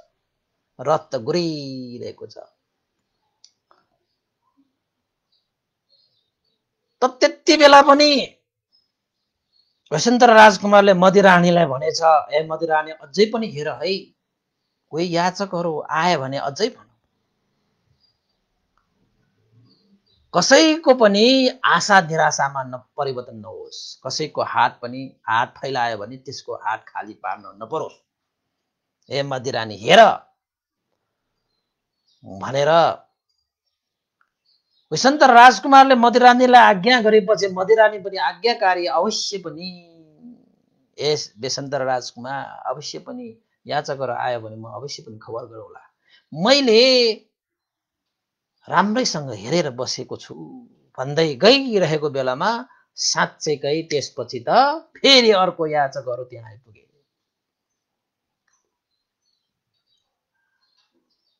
त मदिरानीले वैशन्तर राजकुमारलाई खबर गरिहाले, ए वैशन्तर राजकुमार कोही याचकहरू आइरहेको जस्तो छ। त वैशन्तर राजकुमारले रथ रोकिहाले। ती याचकहरू पनि अगाडि आए, किन आएका? हे वैशन्तर राजकुमार तपाईको चाहिँ शतदान देखेर हामी आएका, तर हामी पुग्दाखेरि तपाईँ त कति टाढा पुगिसकेको रहेछ। हामी हस्याङ फस्याङ गर्दै आइरहेका छौँ केही पाउने आशा। हे वैशन्तर राजकुमार हाम्रो पनि झोली भरिदिनु। ल हेर्नुहोस् अब वैशन्तर राजकुमारसँग के छ र? त वैशन्तर राजकुमारले अब मसँग केही पनि छैन, दिनको निमित्त यही रथ मात्रै छ। त याचकहरूले त्यही रथ मागे, हामीलाई यही रथ भए पनि दान गर्नुहोस्, हाम्रो झोली भरिदिनुहोस् हे दानवीर। त वैशन्तर राजकुमारले खुसी खुसीका साथ, ओहो अझै मलाई दान दिने अवसर तिमीहरूले दियो, धेरै साधुवाद छ तिमीहरूलाई भनेर वैशन्तर राजकुमारले बाँकी भएको त्यो सुवर्ण रथ, बहुमूल्य थियो त्यो रथ पनि, चान्चुनको रथ त होइन, त त्यो रथ पनि त्यो याचकहरूलाई बीच बाटोमा याचकहरूलाई दान गरेर पठाइदिए। त्यसरी रथ नै दान गरेर पठाइसकेपछि चारजना देवपुत्रहरू रक्तवर्ण मृगवेशधारी तिनीहरू पनि विलीन भएर गए, विलाप भएर गए। त त्यहाँबाट अब न रथ छ न घोडा छ, के पनि छैन। अब त जाने त पैदल हो, 60 योजन जानुपर्छ। त त्यति बेला वैशन्तर राजकुमारले के भने त भन्दाखेरि, हे मदिरानी बाटो लामो छ, धैर्य गर। जीवन भनेको दुःख सुखको संगम जस्तै हो। हामीले सुख पनि कयौं भोगे होला र जीवनको परिस्थिति अनुसार यो दुःख पनि आइपर्यो होला, यसले पनि स्वीकार्यो भने यो दुःखले हामीलाई केही दुखित पार्न सक्दैन। त्यसैले तिमी छोरी बोक, म छोरा बोक्छु, आफ्नो कानमा राख र मसँगसँगै हिँड भनिसकेपछि मदिरानीले पनि अवश्य हे वैशन्तर राजकुमार तपाईको हर सुख दुःखमा साथ दिनको निमित्त यो मदिरानी तयार छ भन्दै छोरी कृष्ण जिनालाई आफ्नो कानमा राखेर, छोरा जाली कुमारलाई वैशन्तर राजकुमारले आफ्नो कानमा राखेर अब त्यहाँबाट हिँड्न थाले। कहाँ हिँड्न थाले त भन्दाखेरि वंक पर्वत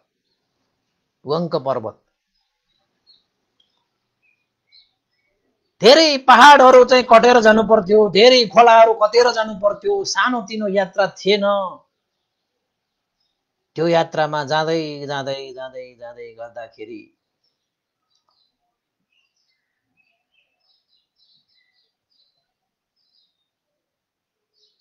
भनिएको छ वंक पर्वतको दूरी जेतुत्तर नगरबाट हिँड्दै गयो भने सुवर्णगिरी ताल पर्वत आउँछ रे। तपाईहरुलाई मैले भनिदिइहालेको यो चाहिँ गयो भन्ने पनि हुने हो, तैपनि मैले अलिकति तपाईलाई भनिदिएको। शिवी राज्यको जेतुत्तर नगरबाट 5 योजन पर चाहिँ सुवर्णगिरी ताल पर्वत आउँछ रे। 5 योजन हिँडेपछि, त्यो 5 योजन पनि हिँडिसकेपछि सुवर्णगिरी ताल पर्वतबाट फेरि 5 योजन हिँड्यो भने कुन्ती मार नदी आइपुग्छ रे। त्यो कुन्ती नदीबाट पनि 5 योजन हिँड्यो भने आरञ्ज गिरी पर्वत पहाड आउँछ अरे। त्यो आरञ्ज गिरी पर्वतबाट पनि 5 योजन हिँड्यो भने चाहिँ दुन्नीवत्थ ब्राह्मणहरूको गाउँ आउँछ अरे। त्यहाँबाट पनि हिँड्यो भने चाहिँ बेसन्तर राजकुमारको मामा देश चेत राष्ट्र पुगिन्छ। र चेत राष्ट्र भनेको त्यहाँसम्म पुग्दाखेरि चाहिँ वंक पर्वत भनेको आधी योजन मात्रै पुग्छ रे।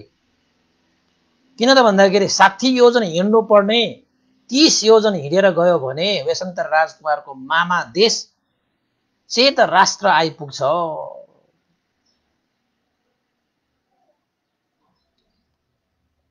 कतै हिँड्नु पर्ने होला, अब कतै हिँड्नु पर्ने होला। बिहानै हिँडेका हैन। त्यसपछि त्यहाँबाट हिँड्दै जाँदाखेरि एउटा चाहिँ बस्ती आइपुगेपछि त्यहाँबाट पनि बाटो सोधे, त्यहाँका नगरवासीहरूलाई बाटो सोधेपछि उनीहरूले के भने त भन्दाखेरि कहाँ जाने हो र तपाईहरु? त राजकुमारको त सबै चीजहरु त यहाँ त उनीले दान गरिसके, राजकुमार भन्ने पनि थाहा छैन, राजकुमारी भन्ने पनि थाहा। कहाँ जाने तपाईहरु? हामी त वंक पर्वतमा जाने। ओहो जिब्रो टोके त्यहाँका मान्छेहरूले। वंक पर्वत भनेको यति टाढा छ, 60 योजन टाढा छ। त्यो वंक पर्वत त साह्रै कष्टकर दुःखदायी पो छ, धेरै टाढा पो छ त, किन जान लाग्नु भयो? यस्तो यस्तो घटना भएर हामी जान लाग्यो। ओहो साह्रै दर्दनाक कहानी पो भयो त। सुन्ने मान्छेलाई पनि डर हुने के, सुन्ने मान्छेलाई पनि दुःख लाग्ने के त्यो कुरा मात्रै सुन्दाखेरि। त बेसन्तर राजकुमार मध्य रानीको त्यस्तो कहानी सुनिसकेपछि उनीहरूले पनि अवश्य अब यताबाट हैन सुवर्णगिरी ताल पर्वत, त्यसपछि चाहिँ कुन्ती मार नदी, आरञ्जगिरी पर्वत, दुन्नीवत्थ ब्राह्मण गाउँ, त्यसपछि त्यहाँ चेत राष्ट्र आउँछ। चेत राष्ट्र पुगेपछि 30 योजन पुगेपछि तपाईहरु चेत राष्ट्रमा पुग्नुहुन्छ। त्यो चेत राष्ट्रपछि पनि फेरि 30 योजन पर छ वंक पर्वत। त कसरी जानुहुन्छ होला? कुनै चाहिँ रथ छैन, कुनै घोडा छैन, कहाँ बास छ, कहाँ बस्ने हो, के खाने हो, के लाउने हो। त्यसमाथि पैदल यात्रा हिँडेर आएको छ, त्यसमाथि पनि आफ्नो काँधमा छोराहरू छोरीहरू बोकेर आएको छ। ओहो जीवनमा कस्तो कस्तो परिस्थिति पनि आउँदो रहेछ।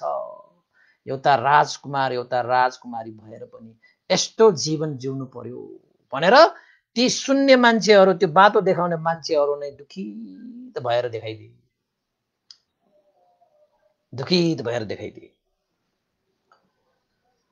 त्यहाँबाट पनि बेसन्तर राजकुमार मध्यरानी उनीहरूले बाटो देखाए अनुसार हिँडे।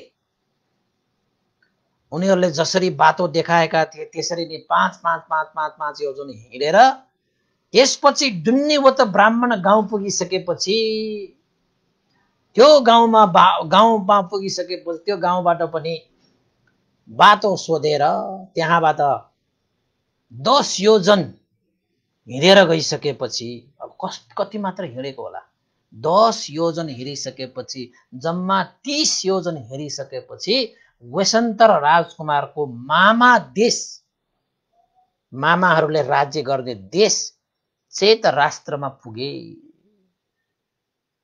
साँझतिर पुग्दाखेरि त त्यहाँ पुगे।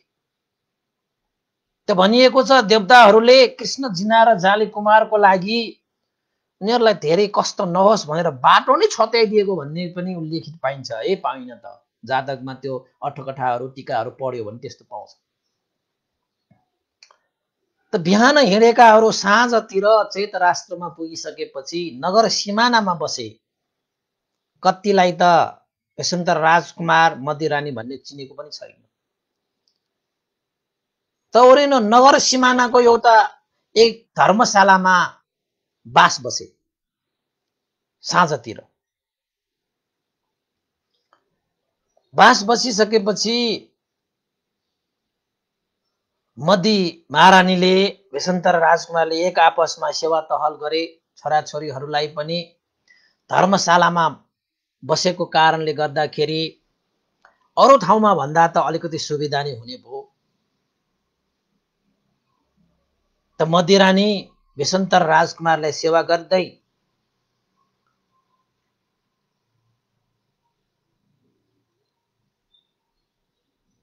दुःख सुखमा साथ दिँदै भन्नु पर्यो बस्दै त्यो रात पनि बिताए। त्यहाँ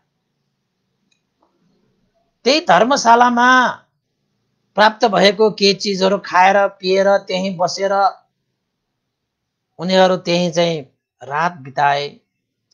भोलि बिहान भइसकेपछि सबै मान्छेहरूको आवत जावत भइसकेपछि सबैले उनीहरूलाई देखेपछि ओहो यिनीहरू त को हुन् कसो हुन् परिवारै लिएर चाहिँ धर्मशालामा बसेका छन्, कहाँबाट आएका कसो हो के हो सबैले चाहिँ चियो चार्चो चर्चा गर्न थाले। सबैले देख्न थालिसकेपछि अन्ततः एक कान दुई कान मैदान हुँदा हुँदा हुँदा हुँदा हुँदा हुँदाखेरि त आखिरमा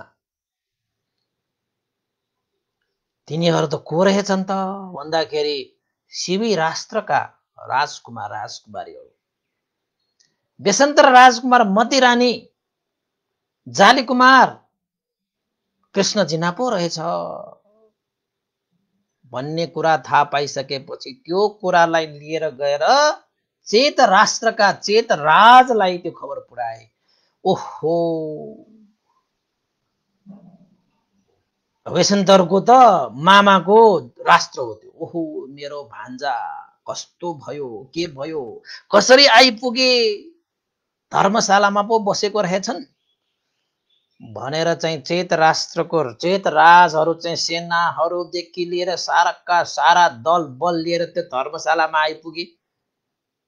धर्मशालामा आइपुगेपछि चेत राजले के भने त भन्दाखेरि हे यशवन्त राजकुमार कसरी यहाँ तपाईहरू चाहिँ यहाँ आइपुग्नु भयो, हामीलाई खबर भएको भए हामी तपाईहरूलाई लिन आउँथे, तपाईहरू आफै आउनुभयो, खोइ कहाँ छ रथ खोइ कहाँ छ सेना, तपाईको सुरक्षाको निमित्त चाहिँ कहाँ छ घेरा,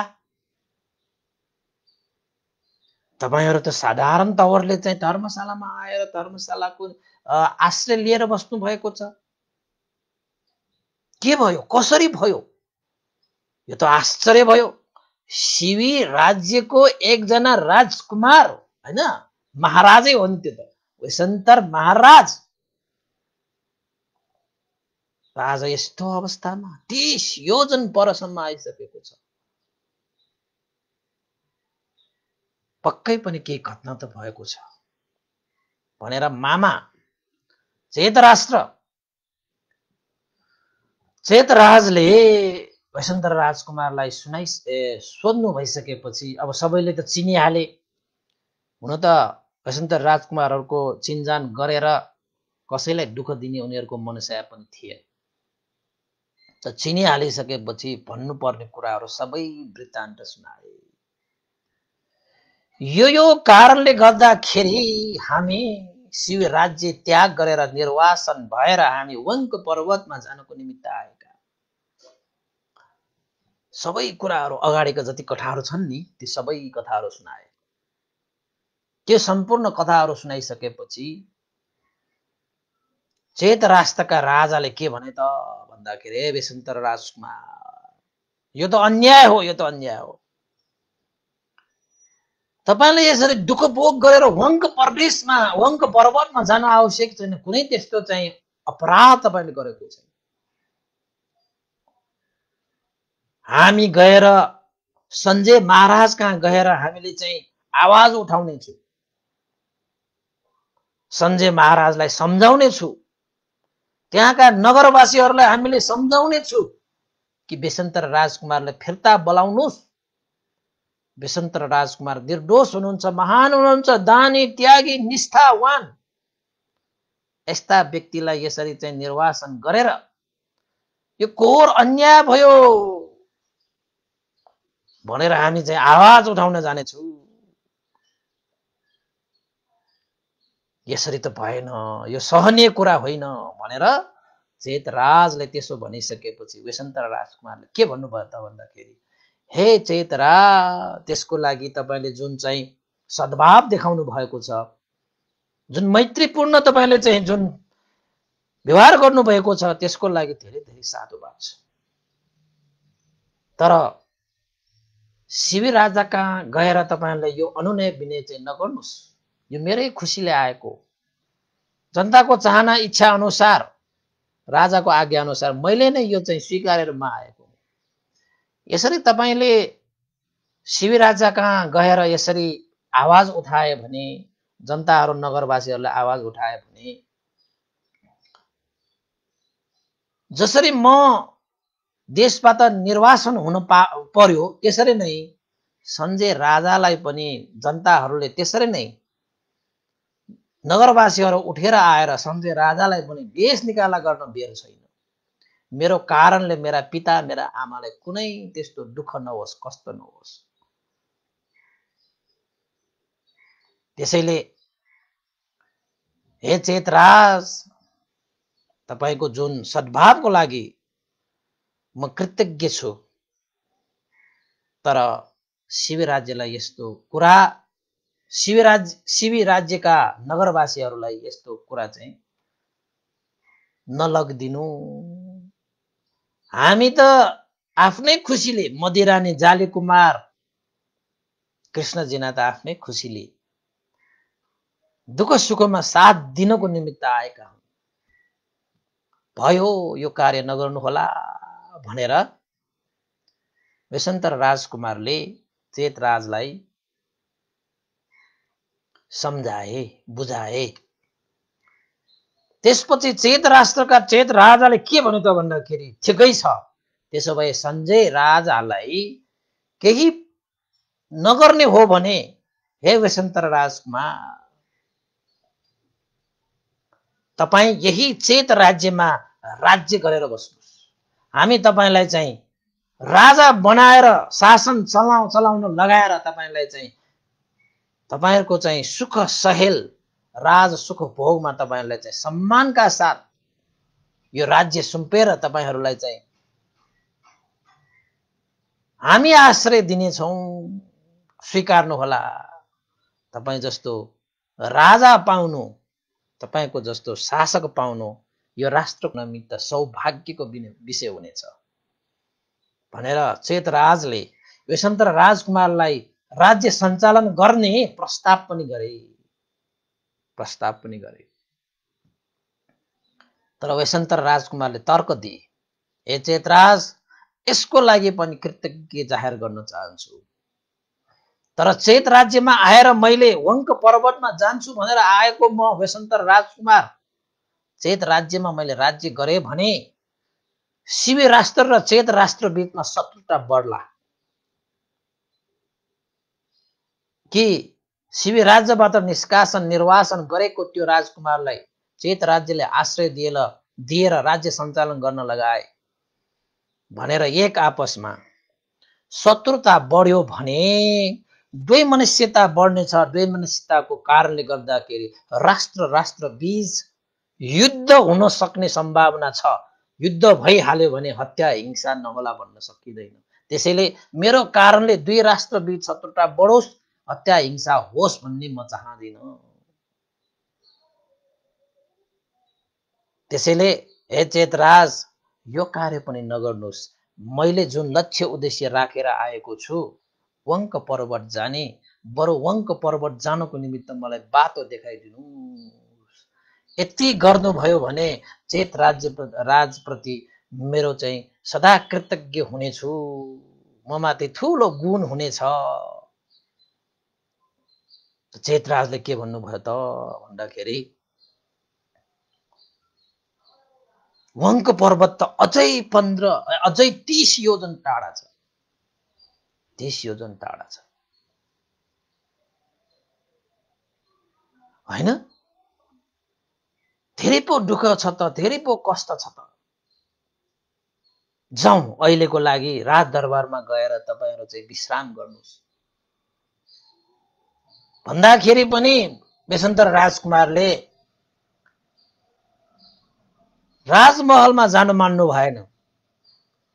हामी त निर्वासन भइसकेका, अब हामी राजकुमार होइन त्यस्तो राजस्वको भोग गर्नको निमित्त, हामी त निर्वासन भइसके हैन।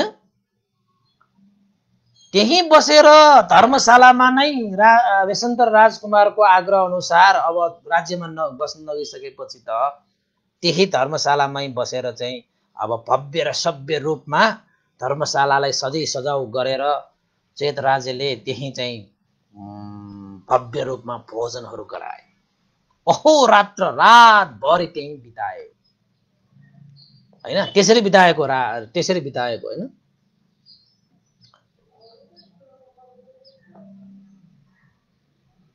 त्यसरी चेत राष्ट्रबाट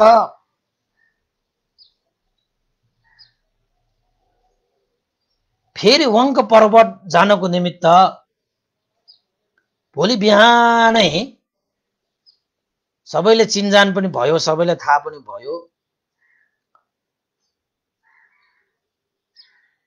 त्यसपछि त्यो चेत राष्ट्रबाट 15 योजन सम्म चाहिँ अब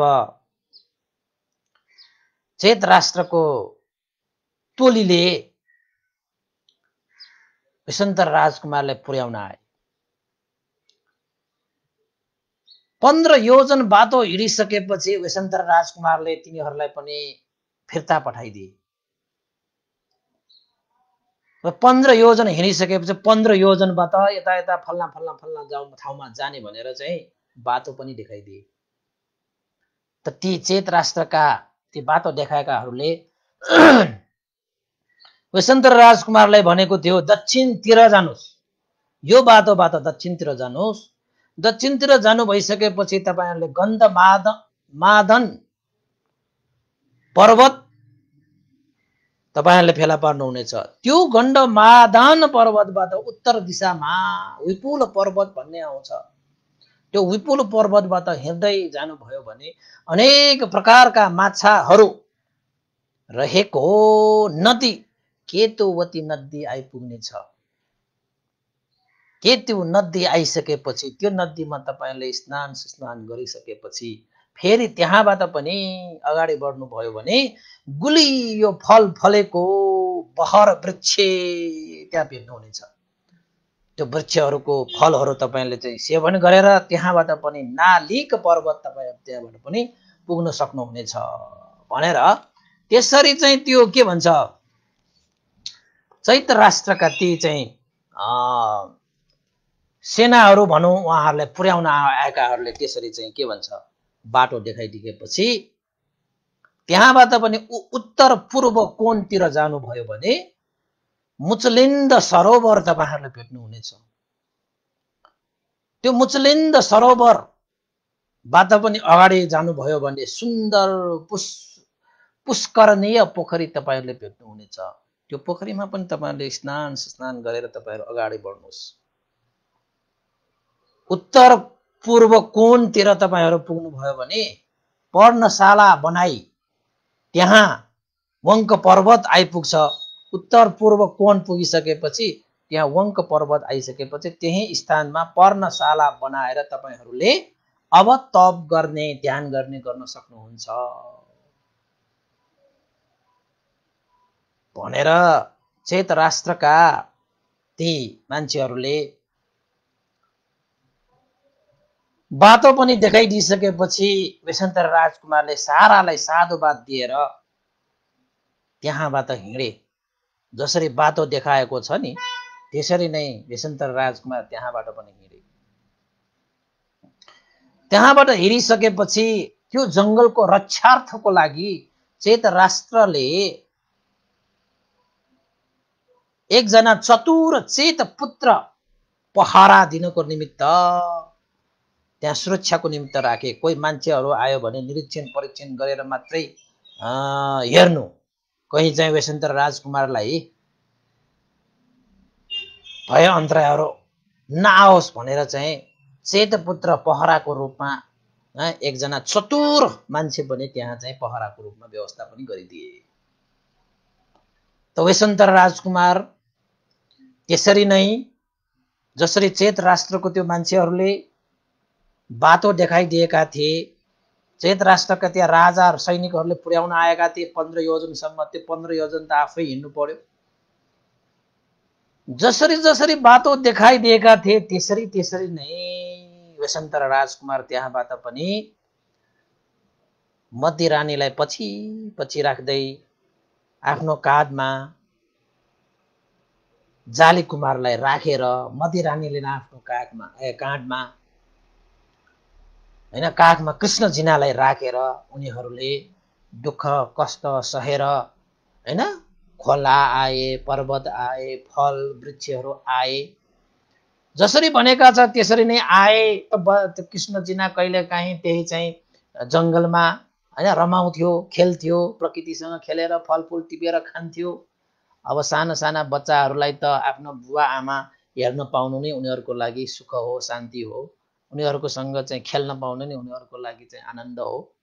बच्चाहरू पनि त्यसरी कहिले चाहिँ स्नान गर्ने ठाउँमा स्नान गर्ने, कहिले विश्राम गर्नुपर्ने ठाउँमा विश्राम गर्दै, कहीँ चाहिँ केही जङ्गलमा फलफुलहरू पाए भने त्यो फलफुलहरू टिपेर खाँदै उनीहरू चाहिँ हिँडे हिँडे हिँडे हिँडे हिँडे हिँडे उनीहरूले भने जस्तै उत्तर पूर्व कोणमा वंक पर्वतमा चाहिँ पुगिसकेपछि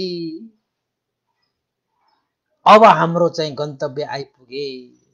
जुन स्थानको लागि हामीले दुःख कष्ट सहेर हिँडेर आएका थिए, यो पर्वतमा हामी आइपुगे भनेर चाहिँ वेशन्तर राजकुमारले मध्य रानीलाई थाहा पाइसकेपछि अब हामीले यही वन, यही पर्वतमा बास बस्नुपर्छ, पर्णशाला बनाएर यही अब तप गर्ने, ध्यान गर्ने आदि इत्यादि ऋषि प्रवज्या भएर हामीले यही जङ्गलमा अब बास गर्नुपर्छ।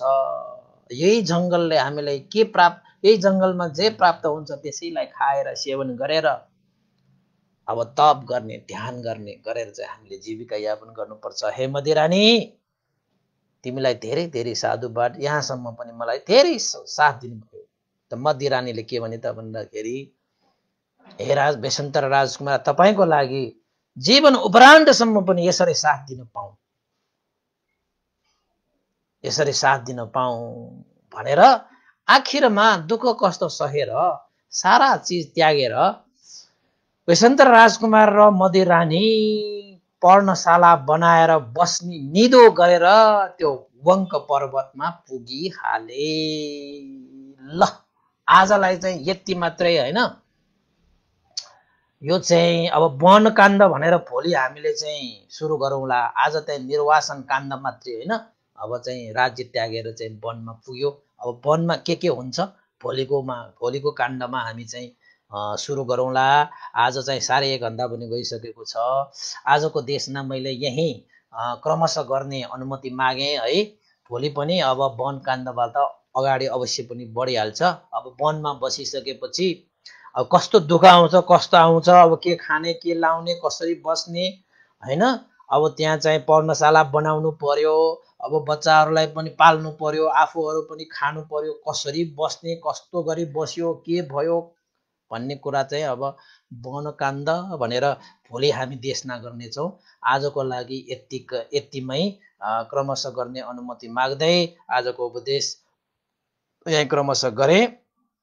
भोलि पनि अवश्य हामी चाहिँ यसलाई निरन्तरता दिने नै छौँ। तपाईहरूले चाहिँ श्रद्धा, आस्था, गौरव राखेर सुनिदिनु भयो, त्यसको लागि सबै उपासक उपासिकाहरूप्रति हार्दिक कृतज्ञ ज्ञापन पनि गर्न चाहन्छु है। नत्र यत्रो देशना गरिरहेको त अब सुन्ने उपासक उपासिकाहरू भएन भने त अब के सुनाइ भयो र। तपाईहरूले सुनिरहनु भएकै कारणले चाहिँ यो देशना गर्ने एउटा उत्साह हैन, प्रेरणा पनि मिलिरहेको हो। र उपासक उपासिकाहरूले लाइक गर्नुहुन्छ, कमेन्ट गर्नुहुन्छ, साथसाथै सेयर पनि गरिदिनु होला र चाहिँ आफ्ना इष्टमित्र साथीभाइहरूलाई पनि सुनाउनु पनि होला भन्ने चाहिँ मनसाय पनि व्यक्त गर्न चाहन्छु। र धेरै उपासक उपासिकाहरूले यसरी चाहिँ अब लाइक गर्ने कमेन्ट गर्ने गरिरहनु पनि भएको छ। नियमित हाम्रा उपासक उपासिकाहरू चाहिँ धेरै नै हुनुहुँदो रहेछ, धेरै धेरै साधुवाद छ है। र आज चाहिँ एकजना हाम्रो उपासक हुनुहुन्थ्यो, उपासिका हुनुहुन्थ्यो हैन,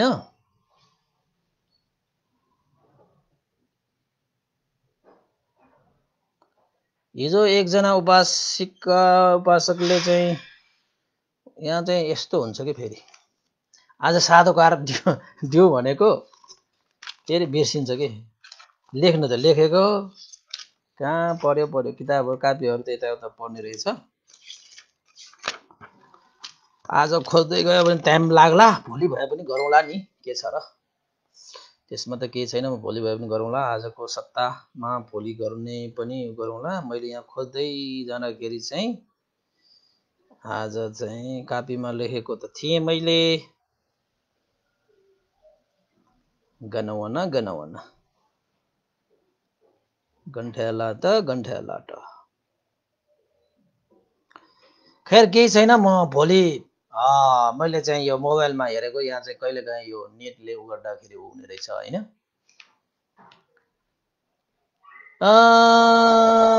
त्यसो भए भोलि उहाँको चाहिँ नाम लिएर चाहिँ एकजना उपासकले चाहिँ आर्थिक सहयोग गर्नुभएको थियो। मैले चाहिँ भोलि गर्नु पर्ला, कापीमा अर्को कापीमा पर्यो कि तै पनि यहाँ छ कि के हो, नाम चाहिँ ठ्याक्कै भएन कि, डिपोजिट भएको मात्रै छ। भोलि म नाम गरेर भोलि नै बनाउला, आजको लागि भयो है। उहाँको लागि चाहिँ उहाँहरूले चाहिँ यो 3555 रुपियाँ आर्थिक सहयोग गर्नुभएको थियो, यो चाहिँ एकाउन्ट मार्फत। उहाँलाई चाहिँ धेरै धेरै साधुवाद दिनु खोजेको। उहाँ चाहिँ डिपोजिट चाहिँ यहाँ रहेको छ, तर नाम चाहिँ के भएको भोलि मात्रै भन्नु पर्ला। ल त्यसो भए ठिकै छ। आजको जति पनि हामीले पुण्य सञ्चित गरेका छौँ, यो पुण्यको आनुभावले सम्पूर्ण बितेर गइसकेका ज्ञाति बन्धुहरू, गुरु आचार्यहरूलाई यो पुण्य लाभ भयो। उहाँहरूको निर्वाण सुख प्राप्तिको लागि यो अनुमोदन गर्न चाहन्छु। त्यस्तै गरी देवताहरू, अमनुष्यहरू, सत्व प्राणीहरूको लागि पनि यो पुण्य लाभ भई उहाँहरूको जीवन पनि सुखमय होस्, शान्तिमय होस् भन्न चाहन्छु। त्यस्तै गरी तपाईँहरूले चाहिँ धर्म देशनालाई आदर गौरवपूर्वक सुनिदिनु हुने सम्पूर्ण उपासक उपासिकाहरूलाई पनि यो पुण्यको आनुभावले तपाईँहरूको जीवनमा पनि सुख शान्ति छाओस् भनेर चाहिँ आशिका व्यक्त गर्न चाहन्छु। र समय त अब अलिकति अब लकडाउन पनि खुकुलो भइसकेको यो समयमा होइन, अब धेरै मान्छेहरू पहिला जस्तो त हेर्न नसकिएला, तर पनि अब दिउँसो बेलुका हेर्न त पाइहाल्छ। तपाईँहरूले सेयर गरिदिनु भयो भने उहाँहरूले पनि हेर्न पाउनुहुनेछ। र त्यस्तै गरी हाम्रो अब बेलुका हाम्रो बोधिज्ञान भन्तेको पनि ध्यानको होइन, उहाँले चाहिँ अब किताब पनि पढ्नु भएको छ ध्यानको विषयमा होइन, त्यो पनि तपाईँले चाहिँ त्यसमा पनि सहभागी भएर पुण्य सञ्चित गर्न सक्नुहुनेछ। पाली क्लास पनि भइरहेको छ 106 देखि 160 सम्म, त्यसमा पनि जोइन हुनुहोला। बोडी टेलिभिजनमा तपाईँहरूको परिटी क्लास पनि सञ्चालन भइरहेको छ। उपासक उपासिकाहरूले त प्रायोजक पनि भएर प्रोग्राम प्रायोजन पनि गर्न सक्नुहुनेछ होइन। यसरी पुण्य आर्जित गर्ने धेरै धेरै अवसरहरू पनि छन् हामीलाई। र उपासक उपासिकाहरूले पनि अब धर्म देशना सुन्दै जाँदाखेरि धेरैले पुण्य सञ्चित गरिरहेको पनि देखिरहेको छु। धेरैलाई अब धर्मको कुराहरू थाहा भइसकेको छ। कमेन्टहरू पढ्दाखेरि पनि अब त हाम्रा उपासक उपासिकाहरू चाहिँ अलिकति धर्म जान्ने भइसक्यो हो भन्ने जस्तो लागेर खुसी नै लाग्छ। जे होस्, अब समय भएसम्म आज चाहिँ 180औं भाग पुग्यो। 6 महिना त हाम्रो गइसक्यो। निरन्तर रूपमा यसरी 6 महिना पुग्नु पनि आफैमा खुसीको अनुभव भइरहेको छ। एकजना उपासकले त हिजो कमेन्ट पनि गर्नुभएको थियो, भन्दै तपाईँको यो चाहिँ जुन धर्म देशना भइरहेको छ, यो धर्म देशना मात्र नभइकन यो इतिहास रच्ने कार्य पनि भइरहेको छ, तपाईँलाई धेरै धेरै साधुवाद छ भनेर उहाँले लेख्नु भएको थियो। हुन त अब 180 दिन त भइसक्यो, हामीले चाहिँ अब इतिहासै रच्छु भनेर चाहिँ यसरी दौडेको त होइन हैन। लकडाउनको समयमा अब भन्देहरू पनि बाहिर जान अवसर छैन, जानु पनि भएन। अब आफै सुरक्षा हुनुपर्ने अवस्था छ। पहिला भन्दा त अहिले त झनै आफूमै सुरक्षित भएर बस्नुपर्ने अवस्था छ। अब काठमाडौँमा त झन् हाहाकार भएको छ। अहिले त हिजो त सबभन्दा बढी हैन कति पुगेको छ, सबभन्दा बढी हिजो जस्तो लागेको छ। र यो बढ्ने क्रम त जारी भइरहेको कारणले उपासक उपासिकाहरू पनि झनै परे बाहिर हैन। त्यो अवस्थामा पनि मास्कहरू, सेनिटाइजरहरू आदि इत्यादि सुरक्षित हुने जति पनि विधि विधानहरू छन् त्यसलाई चाहिँ अवश्य प्रयोग गर्नु होला। जीवन रहेसम्म धेरै पुण्य गर्न पाइन्छ हैन। जीवनै छैन भने त सकिएको त। त्यसैले पनि अब कहिलेकाहीँ यसो फेसबुक हेर्छु, युट्युबहरू हेर्छु है। अब धर्महरू कमै भएको हो कि जस्तो पनि लाग्ने के कहिलेकाहीँ है। त्यसैले चाहिँ अब देशमा पनि अब विभिन्न चाहिँ जुलुस सुलुस आदि इत्यादि नाना थरीको कुराहरू यसो हेर्दाखेरि त अब धर्मचित्त नै नभएर यो भइरहेको त होला। त्यसैले चाहिँ अब धर्मलाई चाहिँ अब विकास गर्नुपर्ने अवस्था आइसकेको छ भन्ने चाहिँ बरोबर मनमा हुन्छ कि। अब भन्टीहरूले पनि अब धर्म प्रचार गरेर नै मान्छेहरूको मनलाई परिवर्तन गरेर, कुशल चित्त वृद्धि गरेर, सुचरित्र विकास गरेर चाहिँ एउटा जीवन बनाउन सकियो भने त्यो जीवनले अरू अन्य परिवार, समाज, राष्ट्र बनाउन सकिन्छ। त्यसैले मैले त के सोचेको छु त भन्दाखेरि धर्म देशना भनेकै राष्ट्र निर्माण गरिरहेको जस्तो।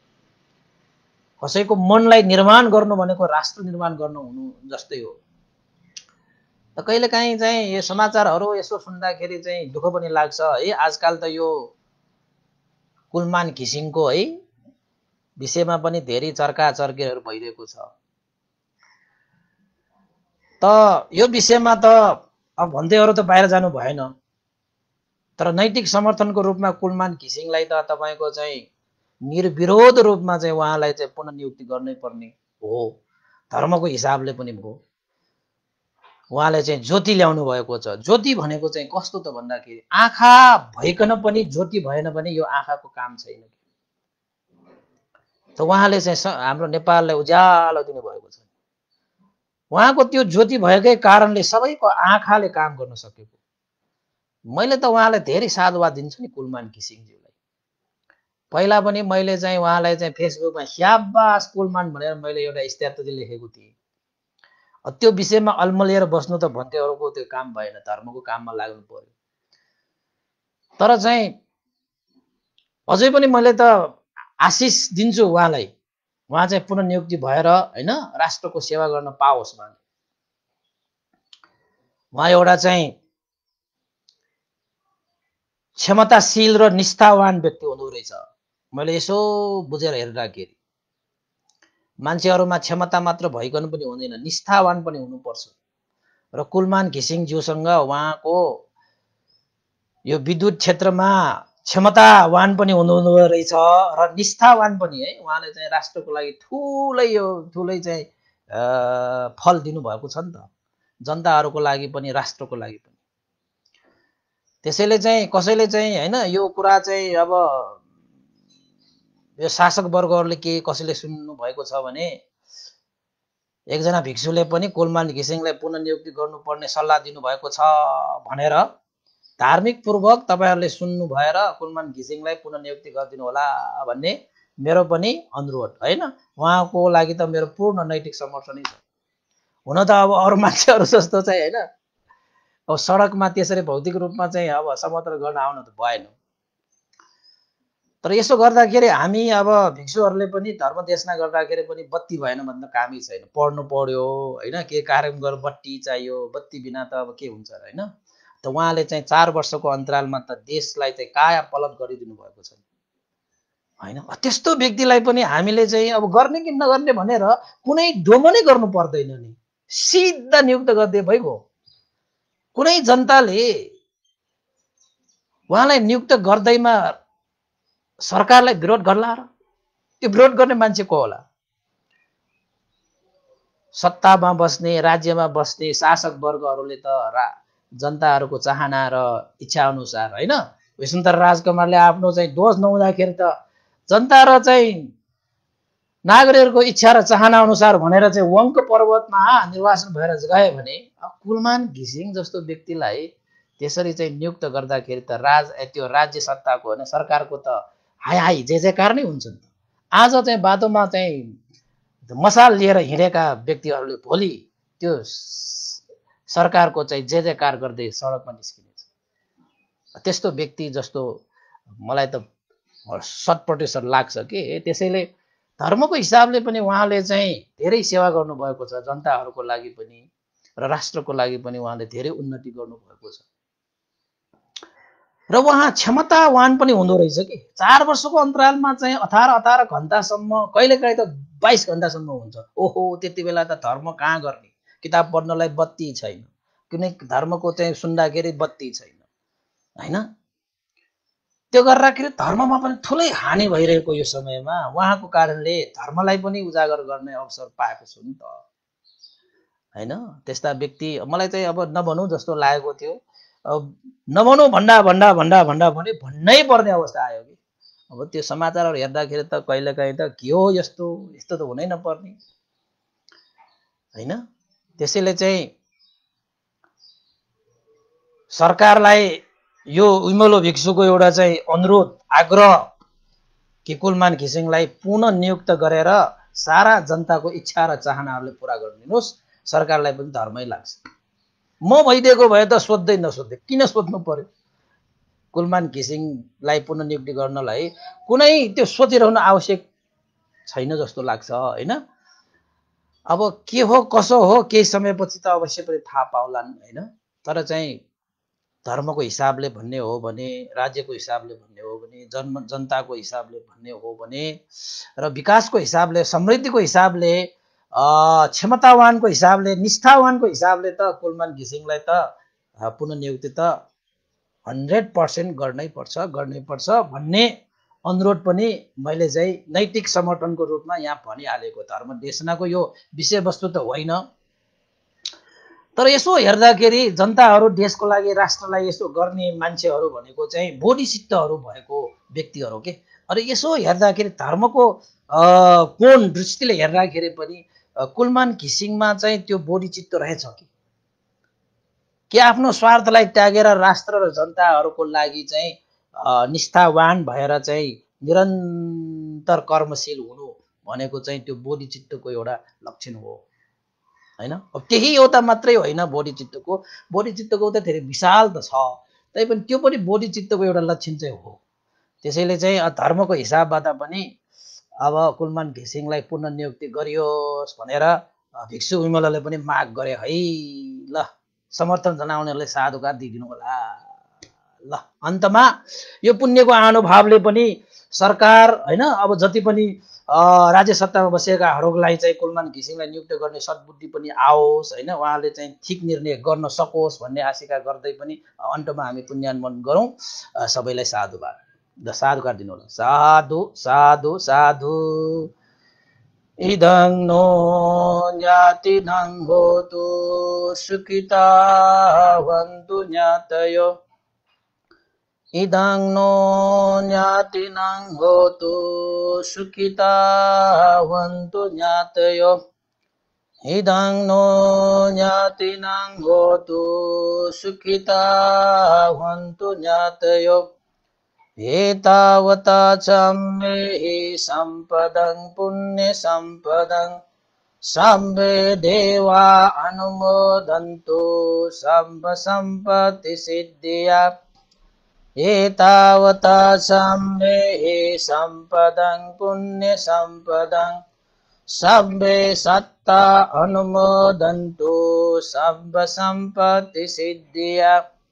एतावता सम्मेहि सम्पदं पुण्यसम्पदं सम्बे भूतानुमोदन्तु सम्पत्तिसिद्धिया। साधु साधु साधु।